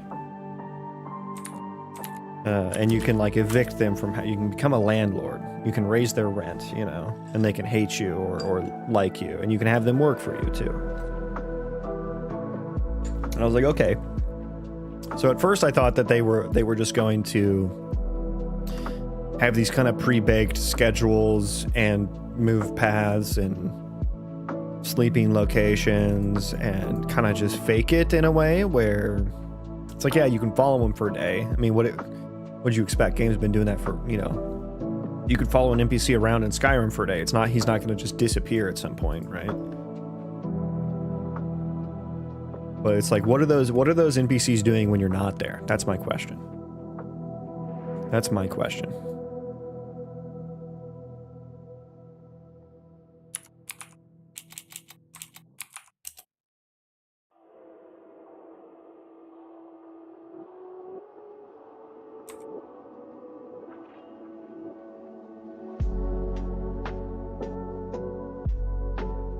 Where am I? Where am I? I've lost myself.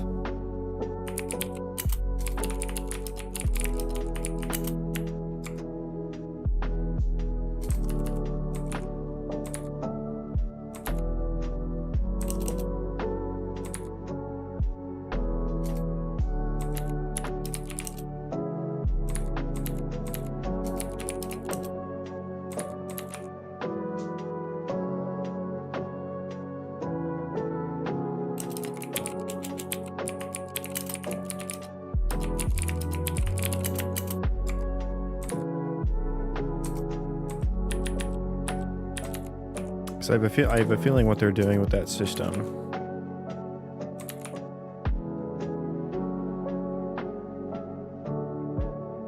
is not as much as I really want. I want it so bad out of a game to do like the full-fledged simulation.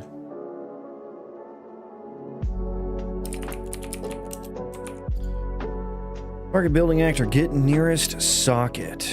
Oh, wonderful.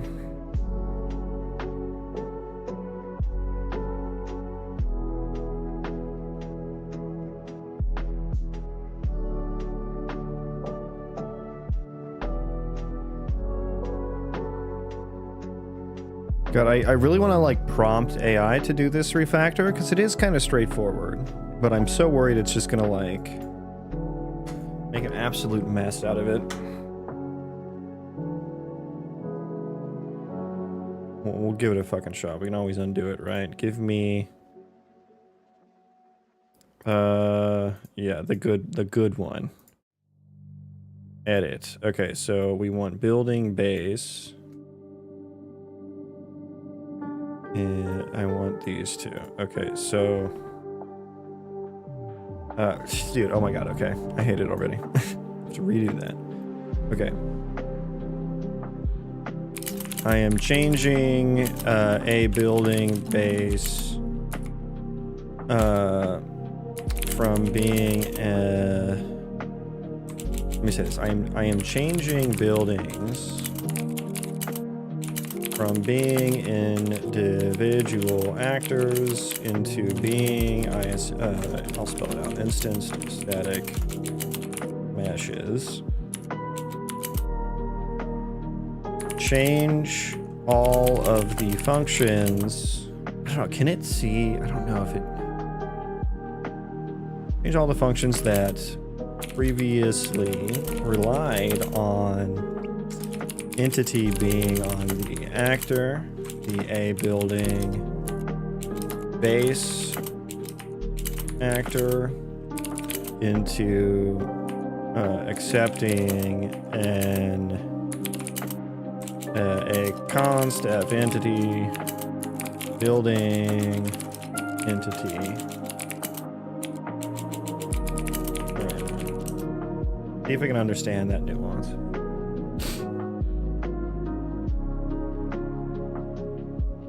And also, can you change files while it's going? I never understood. Like, that probably fucks it up, right? I would like to, like, do the refactor a little bit as well. While I'm waiting here. While I'm fucking vibe coding my ass off here.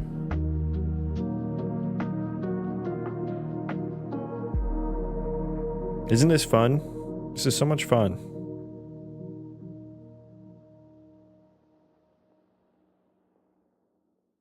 Hi, Mars. Oh, big chungus.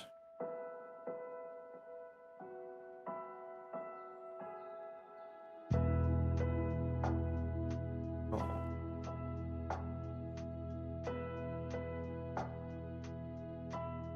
Being a good girl today. This is taking a while. My god, this is taking a while.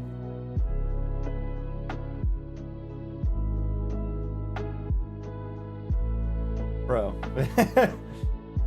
Is this what people do? They just prompt and they sit here and wait for 5 minutes? Like...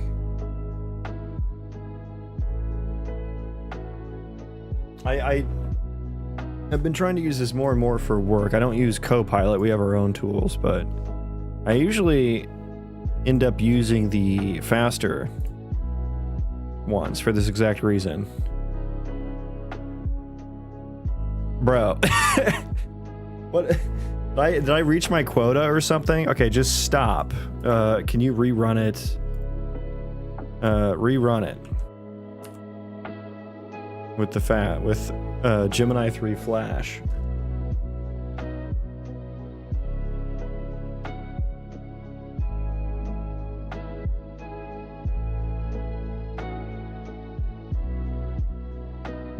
If I have to prompt AI, I usually do it preemptively so I can work while it does its thing. Yeah, but like, are you working in a different file? Like, how does that work? Because like, I feel like whenever I try to edit the same file, it like fucks up even more. Dude, even 3 Flash, I mean, this kind of feels like an infrastructure. This feels like a GitHub Copilot issue. I know for a fact Gemini 3 Flash is way fucking faster than this.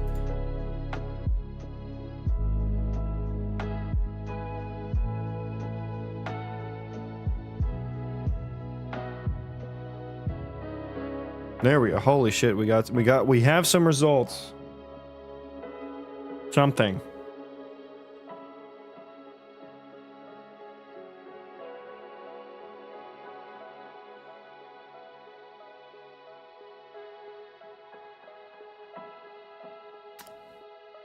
I use GitHub Copilot on the browser. It sees snapshots of my code so I can just work in parallel. Oh, interesting. I didn't even know there was a web interface for Copilot. I use Gemini. Yeah, I usually do too, but that's just because I have to. The AI Studio Gemini, I still think is like the best. And honestly, 3 Flash seems better than 3 Pro. That was a good call, actually. I missed that one. So that one's good. That was actually a positive change. Thank you, AI. Set nickname. Does that need an entity? It does, okay. Accept.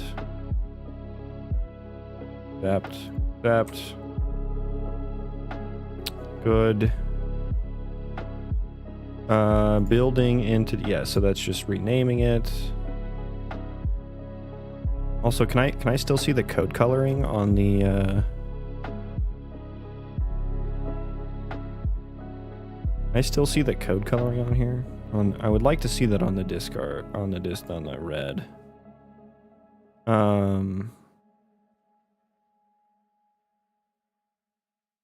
Can be constructed. Okay, so yeah, that's wrong. This one's wrong. I'm gonna discard that. We'll fix that in a second. It didn't fix any of these. Oh, missed several down there. We'll keep moving. It didn't fix that. I don't. It can't see the like what's resolving and what's not. And I think that's kind of an issue for AI. Like if it could actually like just have this information right here, like it could know to do something with it, you know.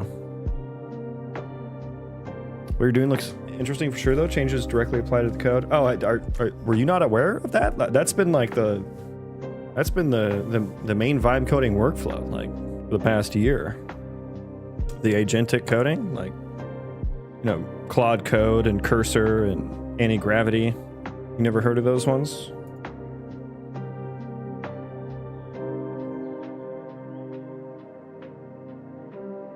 I wouldn't dare. Why not?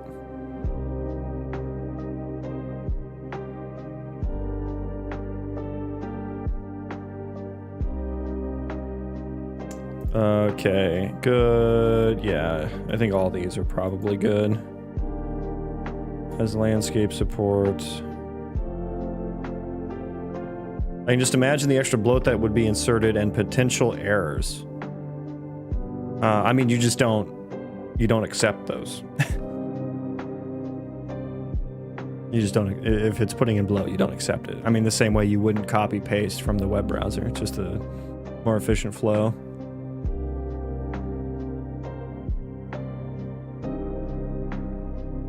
Oh, it changed it to not. It changed it to not unpack it. I don't know. That wasn't a necessary change. Okay, I hit undo. Oh shit, did I fuck it up? Oh my god, there's so much to go through now. There's so much. Okay.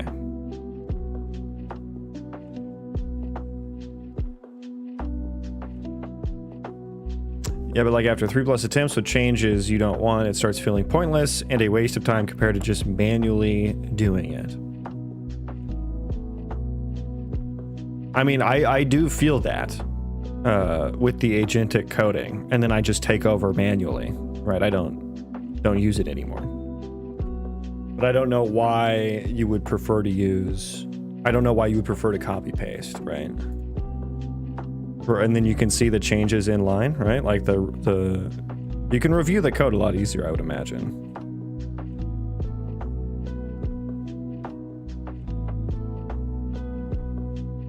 Because, I mean, it's still having to operate on the context of your code in the web browser, from what I'm understanding you saying. So it's not like you're even saving context or anything.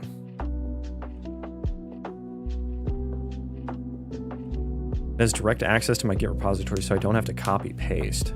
So then how is it different than in editor?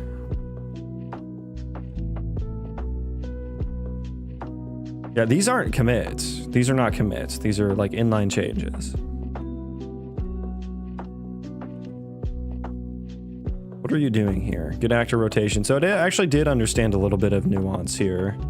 Although I would prefer you to just do an early return here. And also call this instance entity data.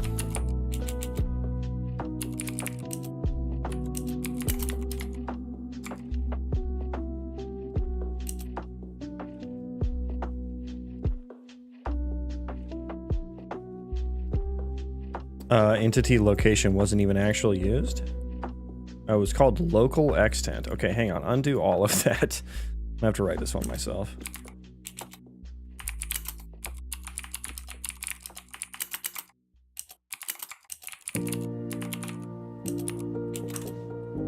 Rotate vector. Git building extent.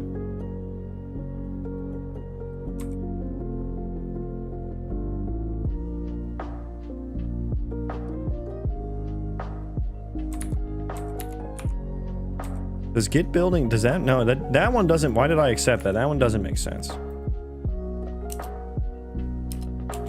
Although if I'm going from a static function.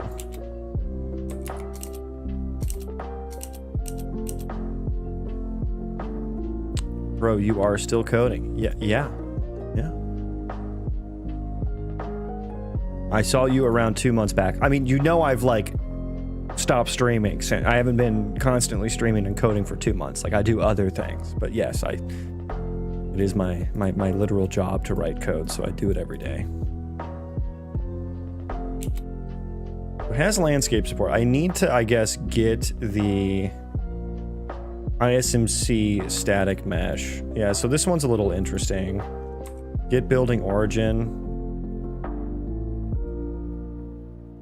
Okay, yeah, this is trying to do too much here. That needs there's too much nuance there. I didn't really understand. Connected to support. I think we can hack that one. We'll see. What is supporting actors doing? Get connected buildings.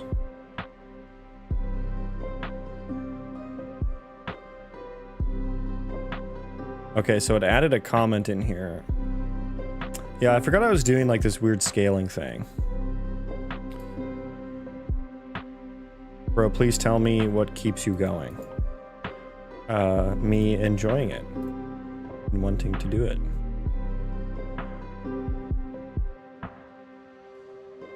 Which is why I don't always vibe code either.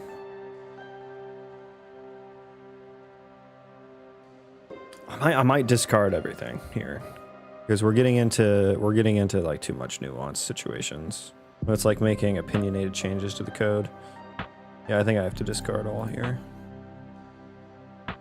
Discard all. It was a nice try, but I think we're gonna. Okay, I discarded all and. What is this?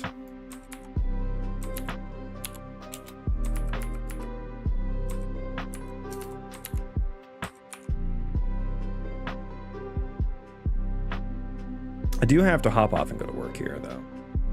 So this may sit broken for a while.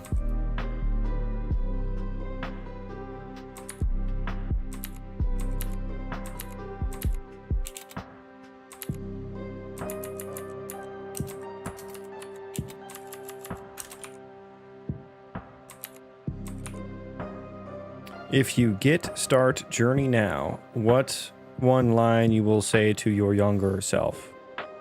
I would say nothing, because I don't regret. No regrets.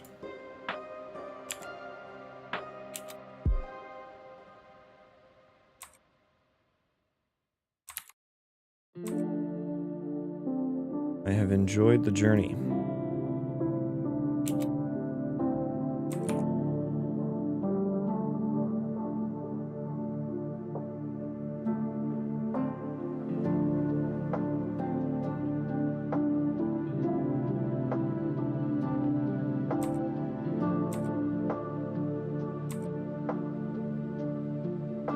Yeah, this is gonna need... Yeah, we're gonna need some pretty... Yeah. So what I used to do, like what I do to get the connected buildings is I scale the mesh, and also for checking invalid collision. Don't touch mobile development, my only regret. But imagine how much you learn from that, you know? Like, you learned that you don't like it, right? How else, like, how else would you have learned other than doing it? But yeah, I actually scaled the actor and then checked for overlaps and then set the scale back, which is not exactly what I would call efficient.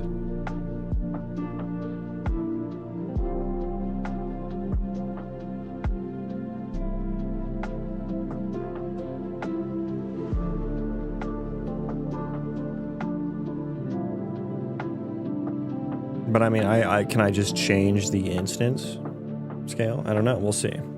We'll see. I do have to hop off and go to work now, though. So let's find someone to send you guys over to. Who's streaming? Who's streaming? Ronnie B is streaming, but he's BRB. So we'll go over to Stevie, where I see Adder, Turning Cog, and Graham. So we'll go hang out. Go join the homies over there. Thank you guys, though, for hanging out with me. I appreciate it. Thank you for spending your Friday with me. If I don't see you this weekend, I hope you all have a great weekend. Stay cozy. Those of you who are getting a snowstorm like me, stay cozy, my friends.